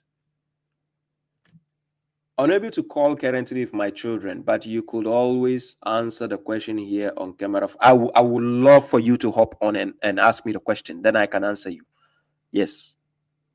Because if I'm running away, I would rather not tell you to call. I want you to call. I hear your voice. You lay down the question, then I can answer for you. Because the naivety of you thinking that verse, you have an argument. Let me show you something. If you go to Quran chapter 16, verse 90, let me show you this argument. You are asking me a question that how does the Salat prohibit or restrain people from abomination and what? In Quran chapter 16, verse 90, this is what God says. Indeed, God commands to justice, goodness, giving to the relative, and forbids obscenity, abomination, and oppression. He admonishes you, perhaps you will take heed. Now you see, God himself does it. And you establish the Salat for the remembrance of God. And in the remembrance of God, we recite the Quran, we read the Quran. So out of the Quran, you are getting the instructions God is giving. That is how Salat restrains you from obscenity and immorality and so on. But it doesn't mean that since you are doing the Salat, automatically it stops. Because in the Quran, God shows that Quran chapter 4, verse 142, even hypocrites, they establish the Salat. Quran chapter 107, Surah Al-Ma'un, فَوَيْلٍ لِلْمُسَلِّينَ الَّذِينَ هُمْ أَصْصَلَاتِهِمْ سَاهُونَ. We have people who do Salat, but they are heedless of their Salat. Then again, Quran chapter 8, verse 35, we even have disbelievers who establish Salat, but it is full of singing and clapping. That Salat will not do anything. So when we say Salat restrains a person from immorality and obscenity out of your foolishness, you think that ritual prayer the Sunnis are doing, that is what we are talking about. We are talking about the ones who deal with the scriptures when they establish the Salat. They recite it, they read it, and they know what it says. Because Quran chapter 4, verse 43, it says, do not approach the Salat when you do not know what you are saying, if you are intoxicated, unless you know what you say. Because you need to know what you are being told and what you are saying in your Salat. So when the Salat is telling you what you read from the book of God, what it refrains you from, a believer will refrain. If he tell you don't do this, a believer will listen to the commands. That is how Salat refrains. But because you guys hate the aspect of ritual, you guys are not even religious. You are kaput. You don't even have the intellect to have arguments, discussions. And then when you are call, then you are running away. Look how the last guy who called. Look the heebie-jeebies he came doing.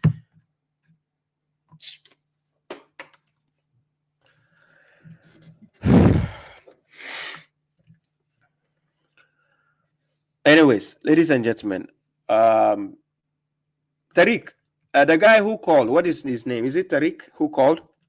You were not actually making sense. I was tired. You're giving me a headache. Like, you are not making sense. Seriously. Anyways, there's a last caller. Let me call this caller before I go.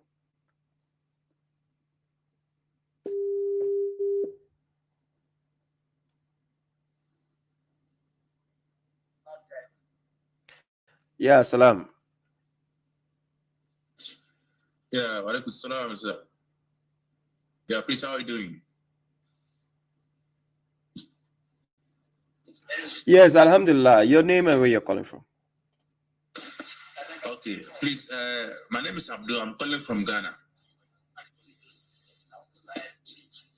Nice to meet you, Abdul Fattah. How may I help you? Okay. Please, I have a question to ask. First of all, I am amazed about the kind of knowledge that you have about the Quran. Sometimes I ask myself, how do you learn the Quran? And when somebody asks a question, you have the chapter numbers and the verse numbers in the Quran. I just want to know the secrets, how you are able to learn the Quran just by heart. That's the first question. And the second question is about the Salat in the Quran. So if you are a Quran alone follower and you want to pray, how are you going to start the prayers and how are you going to end the prayers? Thank you. That's all right. Please, that's not all, but I just want to get the answer for this one. Hey, Abdul Fattah, how many questions do you want to ask me? I have about 5 questions, but I'll just ask only 3 questions. I will not take time because I'll be going to TikTok anyways. The reason is I don't want to stay on my program for a long time. I've stayed over 3 hours, but anyway, these are questions I'm always being asked every day when I go to TikTok every time, right? The prayer, how do you do your prayer? I give you a summary. The prayer has to do with standing. I bow down to prostrate to God. I recite the verses of God, but I'm reciting it to understand what God is telling me, to remember God. You understand? Then when I go down in prostration, I do the glorification of God. I praise God. I give thanks to God. I supplicate to God. You understand? When I'm ending my Salat, I say, Alhamdulillah Rabbil Alameen. Praise be to God. That's how I end the Salat. And my Salat has nothing to do with facing the Kaaba, facing the Masjid al-Haram. I don't do all that. It is God I'm looking for, not for to face any direction to pray. And again, there is no such thing as 2 or 3 rakats. I can choose to do 2 postures, 3 postures, 1 posture. There's nothing wrong. As long as I stand and I prostrate, that is more important. So that God will see me actually showing reverence to Him, obeisance to Him, right? So this is the concept of the Salat. But as for the verses, if you need the verses, yes, I can send you a file on it. I do have a video on it, but because of the new video I was editing, I couldn't leave the old video because the clarity was very bad. But when the new video is ready, you will see every instant, every bit of it. So if you need a file on it, I can send it to you. But going back to your first question, how did I learn the Quran by heart? It is something I actually pray to God for. God says we should tell God, you have to ask God to increase you in knowledge. God says in Quran chapter 2, verse 255, He says, وَلَا يُحِيطُونَ بِشَيْءٍ مِّنْ إِلْمِهِ إِلَّا بِمَا شَاءَ.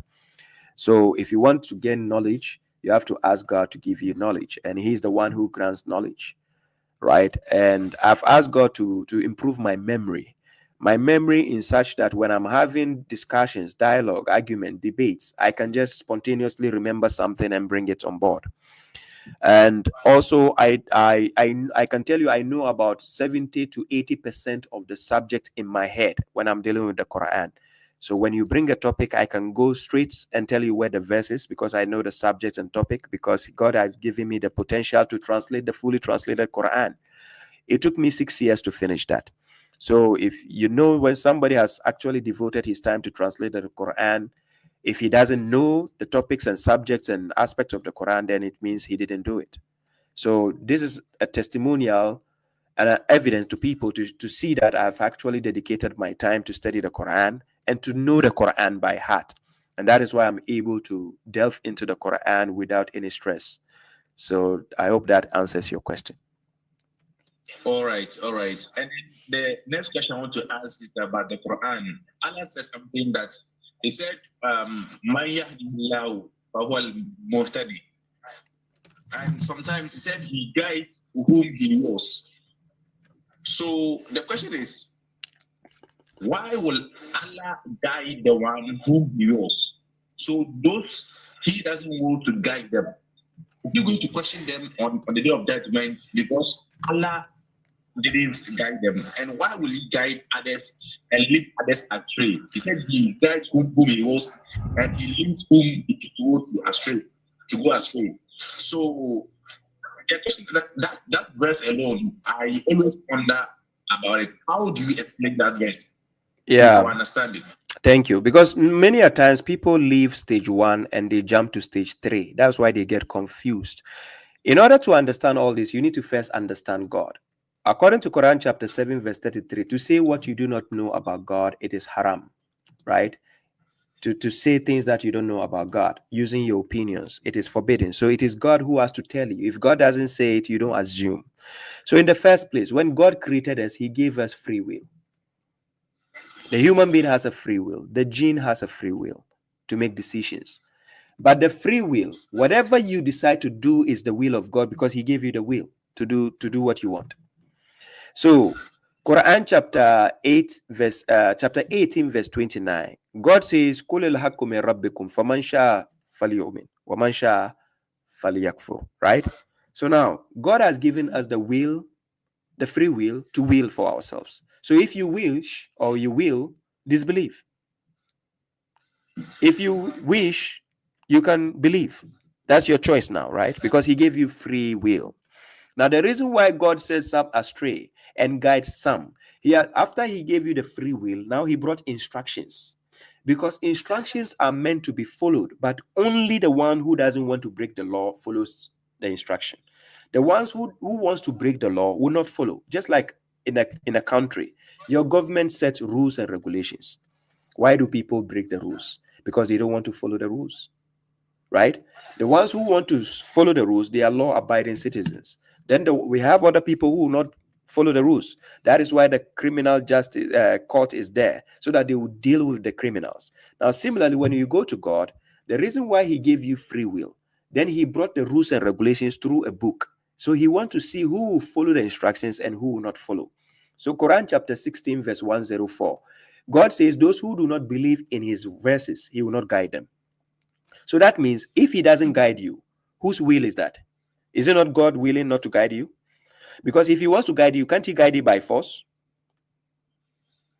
But he has already laid down the foundations and the law by saying that he gave you the free will.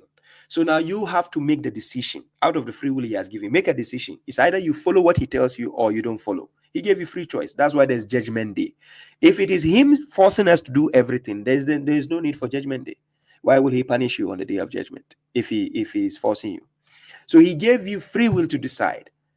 Since he gave you the free will to decide, he gave you laws, rules and regulations to govern your conduct, to find your ethics, your morals, things you can follow so that he will know, okay, this is a good citizen.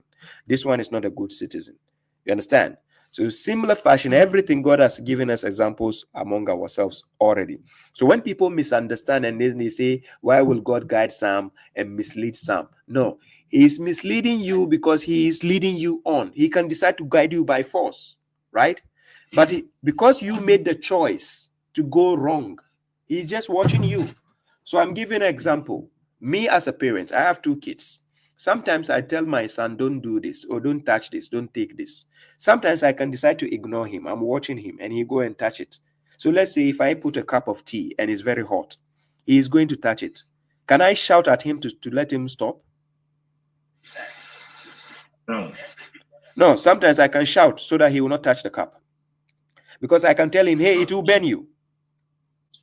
Yeah. But sometimes I can ignore him. Do you know why I ignore him? Because he refused to follow my instructions. Okay. So God has the power to do everything. When people say, oh, God cannot do it, he has power to do everything. But if he doesn't do something, he will tell you, God does not do this. For instance, God does not love criminals. God does not love transgressors. There's nothing wrong with that. Because if you are doing the good thing, he loves you. If you are not doing the right thing, he doesn't like you. And he is going to punish you. He's going to deal with you. But sometimes the reason why believers, when we do mistakes or we commit a sin, God can forgive you because you still have the faith in your heart. You will fix your ways. To err is human. Human beings are meant to make mistakes. We can make mistakes, we can forget, we can sin. Then you have to amend your ways. So God actually stipulated in the Quran, chapter 4, verse 17 to 18. He showed you the type of sins he doesn't forgive. Then he showed you the type of sins he can forgive. If you don't repent till death comes to you, then you are done. So he has given us choice to make. When somebody say, oh, God does not mislead. Look, the reason why Iblis was blaming God and saying God trapped him. God can decide to let Iblis prostrate by force. Can't God do that? Yeah, he can do that. That's the point. So that is why, as an elder, if you are at home and your child does something, the reason why you will be blamed, because you have to supervise the kid. But sometimes as an elder, you can decide to do as a punishment to the kid. You can ignore the kid. He go and touch the hot water. When he bears his hand, next time he will not go there. You understand? So God has the potential to do all this. So the ones who are willing to follow his guidance, he guides them. The ones who say, we are not going to follow, then that's up to you. You are on your own. He's just watching you like this. You come and meet him on the day of judgment. So this is where people don't understand. Then when we say God mislead whomever they don't understand the concept of mislead. They think, oh, God is rather pushing the person to go and do sin. No. He's just watching you. He led you on because you wanted the path to go and do bad, right? So he'll give you the chance to do evil. Okay. So if we have our free will, why would the Quran be composed, or like, why would God compose some of the things on us that these things are compulsory for us to do since we have our free will? Where is the compulsion? There is no compulsion. God says, La ikraha fid din. Quran chapter 2, verse 256. There is no La ikraha fid din. Okay. You tell me, who did God force? Did God force somebody? There are some verses God tell us to do something in the Quran. As a believer. We should do this. Yeah, as a believer. So if as a believer he tells us to do something, is that not? I mean, you are forcing things on your. We don't call it force. No, we don't call it force. When you go to school, the moment you enroll in the classroom in the school, you go to school every day, right? Yeah. But sometimes you decide not to go to school, right? Yeah. You see, it's your choice, right? Sometimes you're absent, sometimes you go. But at the end of the day, who will it affect? You, the students. Thank you. So that's how a believer is. A believer has actually surrendered himself to God, but it's by choice. God never forced him. So then God says, if you are a believer, this is your criteria. I want you to do this, this, this, this. You said you want to be a believer, so do it.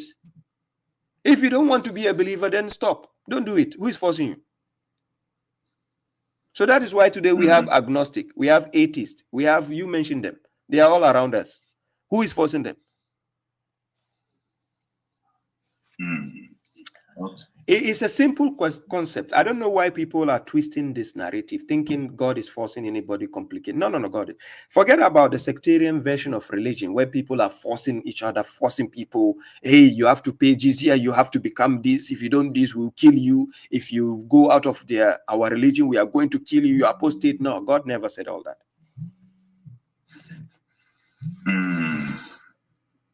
Okay. So please, how would we explain about the tawassul in the Quran?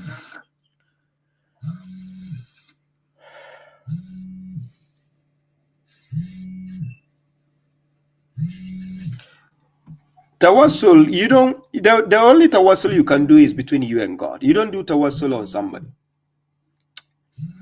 Your connection is between you and God. Okay. You don't, because sometimes we say that if you are praying, you can use somebody else's name. For example, the prophet or the kind of work that you have done. the good deeds that you have done, you can use that one as a tawassul to make your prayers, for God to answer your prayers. That is why I'm asking that question, to understand that part very well. Okay. The first question is, Prophet Muhammad, did he use somebody in his prayers? No. If the hadith is telling you Sallu kamara aitumuni usalli, according to your hadith books, right? It says you should pray like the way you've seen him pray. Now the question is, did the Prophet use somebody as a tawassul in his salat? No. So now answer your question, your own question. Okay. Yeah. So thank you very much, Brother Abdul Fattah. Thank you. Next time you join me in my stream, I will have ended the stream long time ago, but because you joined, I just decided to give you a chance. Sometimes people think I'm running away from people. I'm not running. I deal with time because I have other people to attend to sometimes. So that's why I try to put my things in a certain time frame, so that but at least today I decided to give you the chance. So stay tuned, inshallah. We keep in touch another time, inshallah. Thank you. Thank you very much. You're welcome. I always want to, I always try my best to follow the Quran alone and ignore the Hadith. But sometimes I used to go to the malams, ask them questions. They will confuse you. Yeah, exactly. It's so I am confused now. I am confused. No. You keep on studying. Keep on studying. Don't go asking them questions yet. Keep on studying. If you want answers to the perspective of Quran alone, look for Quran alone learned people. Don't keep going to sectarian school. They will tell you, hey, you ask me. Let me ask you a simple question before I go. Which book did God send down as the book of guidance? God sends the Quran.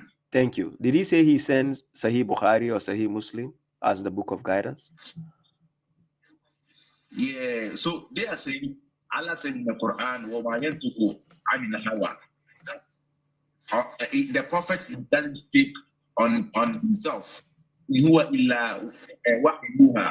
So unless Allah has given the prophet a wahi, and said the prophet, Allah gives the Quran to the prophet, and the Hadith also is another wahi Allah gives to the prophet. You just ask them. Ask them, where did God say that?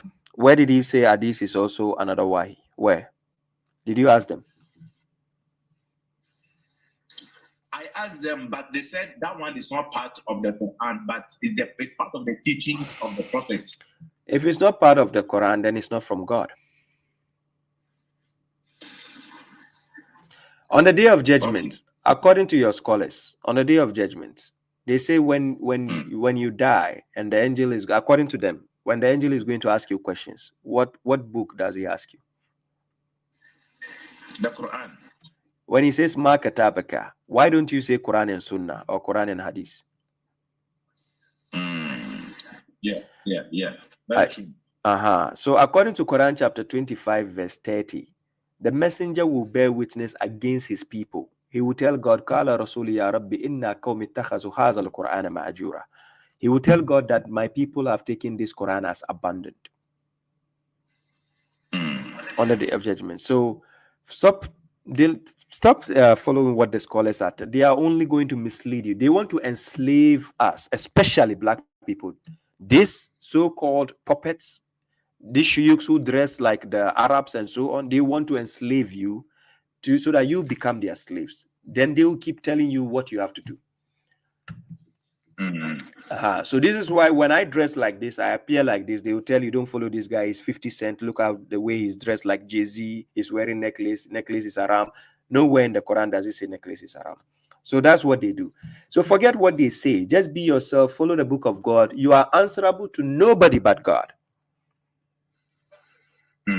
Yes. Even your family, when they start questioning, you tell them on the day of judgment, who can save you? Nobody can save you on the day of judgment. It's between you and God. Okay. Thank you very much, Abdul Fattah. No, Abdul Fattah. It's okay if I give you the chance. If I give you the chance, we are not going to finish today. Thank you. Yes, it's true. Yeah. I joined you. I started listening to you because of the kind of dream I had about you. I had a dream about you. Sincerely, yeah. Really? So that I did what? I started to listen to you. Yeah, so the dream was like I was in my room, and then all of a sudden I saw you come into my house. Yeah. And you knocked, and then I opened, and you entered the room, but you were with two guys, one on your left, one on your right hand, and you are in the middle. And then you were asking me that, where have I been? And I said, oh, I was still learning. So all of a sudden, a lot of people were following you, and they were on the compound. They were there, children, old men, old women, a lot of people were there. So you went out and you were having something like something like a sadaqah that you're going to give to them. So you went out and then you were sharing those gifts to the children, to the old men, to the old women, and the people out there, and everybody were happy. And then you set a match, a football match among the youth over there, and everybody were happy over there. So you always told me to always follow you wherever you go, and follow your instructions. So all of a sudden, I just woke up and said, this guy, I never got some of your lessons, and like I don't have the clue to even listen to you. How come I have a clue about you? So that is where I started. This dream was about last 2 weeks. So that is where I started to listen to some of your lectures, listening to you. Maybe like I might have some kind of guidance in your, teachings. To be honest, not only you, I have a lot of people who see me in their dreams. A lot. Not only you. I would say, I think ever since I started doing my live programs, I've had more than about 50 people, I can say, who saw me in their dreams, and it has all been a fruitful dream, not just But this is God talking to you guys. It's not. I didn't do anything. You understand? But it's God talking to you guys. Look, my sincerity is between me and God. The message I deliver, if I'm actually intentionally want to deceive people, may God strike me down. I do it for the sake of God because I want to lead people to the guidance of God. That's all I do. You understand? So that is why spiritually God is connecting to people, and people are coming, are waking up. So it's an awakening. You understand? So I appreciate your willingness to actually listen and understand what God has to say from His own book. Thank you very much. You're welcome, bro. Thank you. Peace. Okay. Ladies and gentlemen, I had about 3 people who wanted to join the program, but 4 hours would be too much on this program. I said I'm going to TikTok. Let me see. People are on TikTok. I even post TikTok. People are watching from TikTok, right? Yeah, I put my phone on charger. That's why. People are still calling me on TikTok. Let me...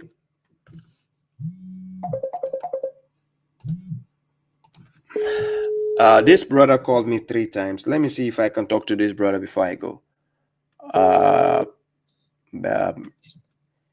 Hello. Yes, hello. Salam to you, brother. Wa alaikum salam. Shuaib, how are you doing? Alhamdulillah, I'm doing well. Brother, your name and where you're calling from? My name is Shuaib. I'm calling from Costa Rica. Shuaib. Yes, it is. I think I remember the name Shuaib. Yes, nice to meet you, brother. Yeah, nice to meet you. I just wanted to call in to personally thank you for clearing up the confusion I had. I think you know what I'm talking about. It was about Surah Al Imran and how Mary, mother of Jesus. Okay, yeah. Yeah, so I just wanted to personally call you. I want to keep it short. I just wanted to thank you and all the listeners out there. I just wanted to give you a shout out. I appreciate that. I've been watching you for about a couple of years now, and I feel like you truly understand the Quran, and when you speak, it's from your heart, and I feel like you're truly guided from Allah subhanahu wa ta'ala. So keep it up. So proud of you, and I hope we can keep in touch. Yeah. Oh, inshallah, we will keep in touch. You know, the line of people I'm dealing with, you know, sometimes I need to keep up with the memories and people I'm dealing with. And remember, keeping a lot of people in my head is never an easy task, right? So sometimes I try to divide my attention, divide my time. You can imagine I have my kids. I have 5 years and 8 years, so I have to divide my attention also to them. It's never easy, but I thank God for giving me the capacity. And whenever I come online, you will never see me getting faded. I'm always getting better and better. So I'll find time to interact with you all, inshallah. We will find time. I had just one comment for you. Yeah. I started reciting the Quran in 2020, about 5 years ago. Yeah. And I just questioned me, and I just said, because I'm originally from a Shia background. Yeah. And when I read the Quran, I was like, everything I had been taught was a lie. And then I got confused and I doubted myself. And through the recitation of the Quran, like Allah confirmed that I was receiving the truth. So when I saw your feed, it really struck me, because it was exactly what I was thinking, and it was so rare to find at that time. And so I just want to let you know that you really did connect with me, and I appreciate you, and may God bless you. No, I appreciate that. God bless you too. I appreciate you, Brother Shuaib.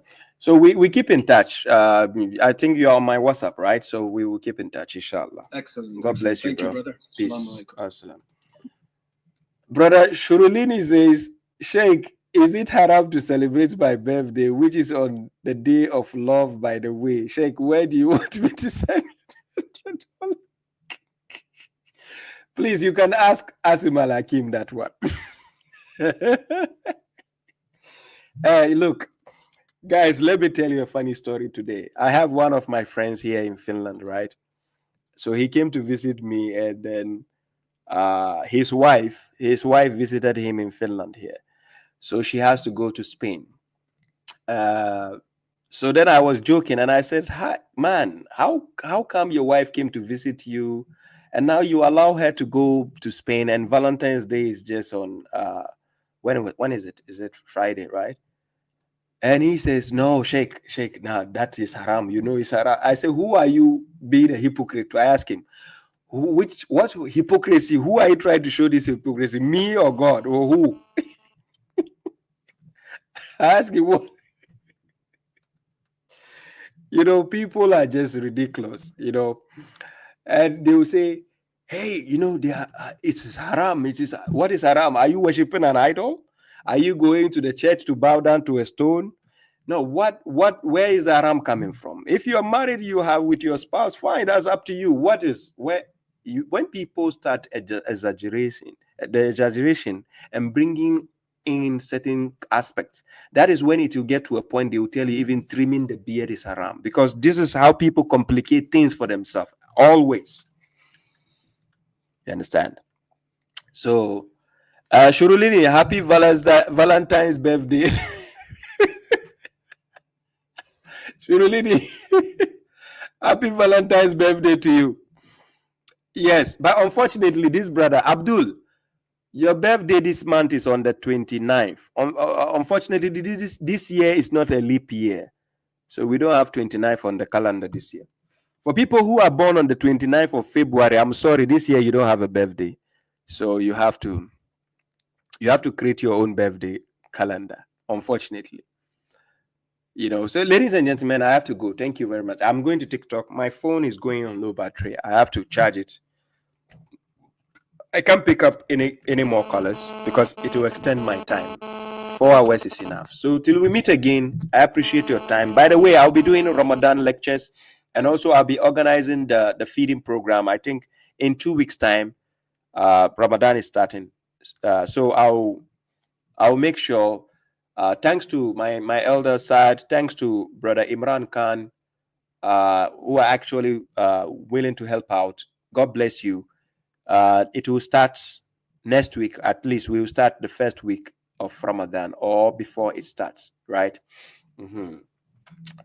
Yes, so ladies and gentlemen, if you are Hamza Malik's follower, or you listen to Hamza Malik's stories or assumptions, and you think Hamza Malik, I need to waste my time answering all his questions, please tell him we should have a dialogue. I think that will be better.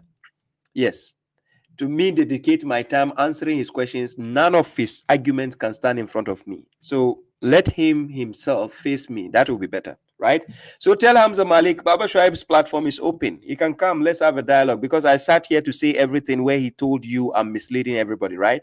So tell Hamza Malik, I'm open. We can have a dialogue here at the right time. So till we meet again, peace to you, brother Faisal, my elder Faisal Rabi. Thank you all. Sister JS, I'm going to TikTok. For those on TikTok, you can join me. Brother Shaheen, thank you all, ladies and gentlemen. I appreciate your presence. Join me on TikTok. Let's have fun. Peace.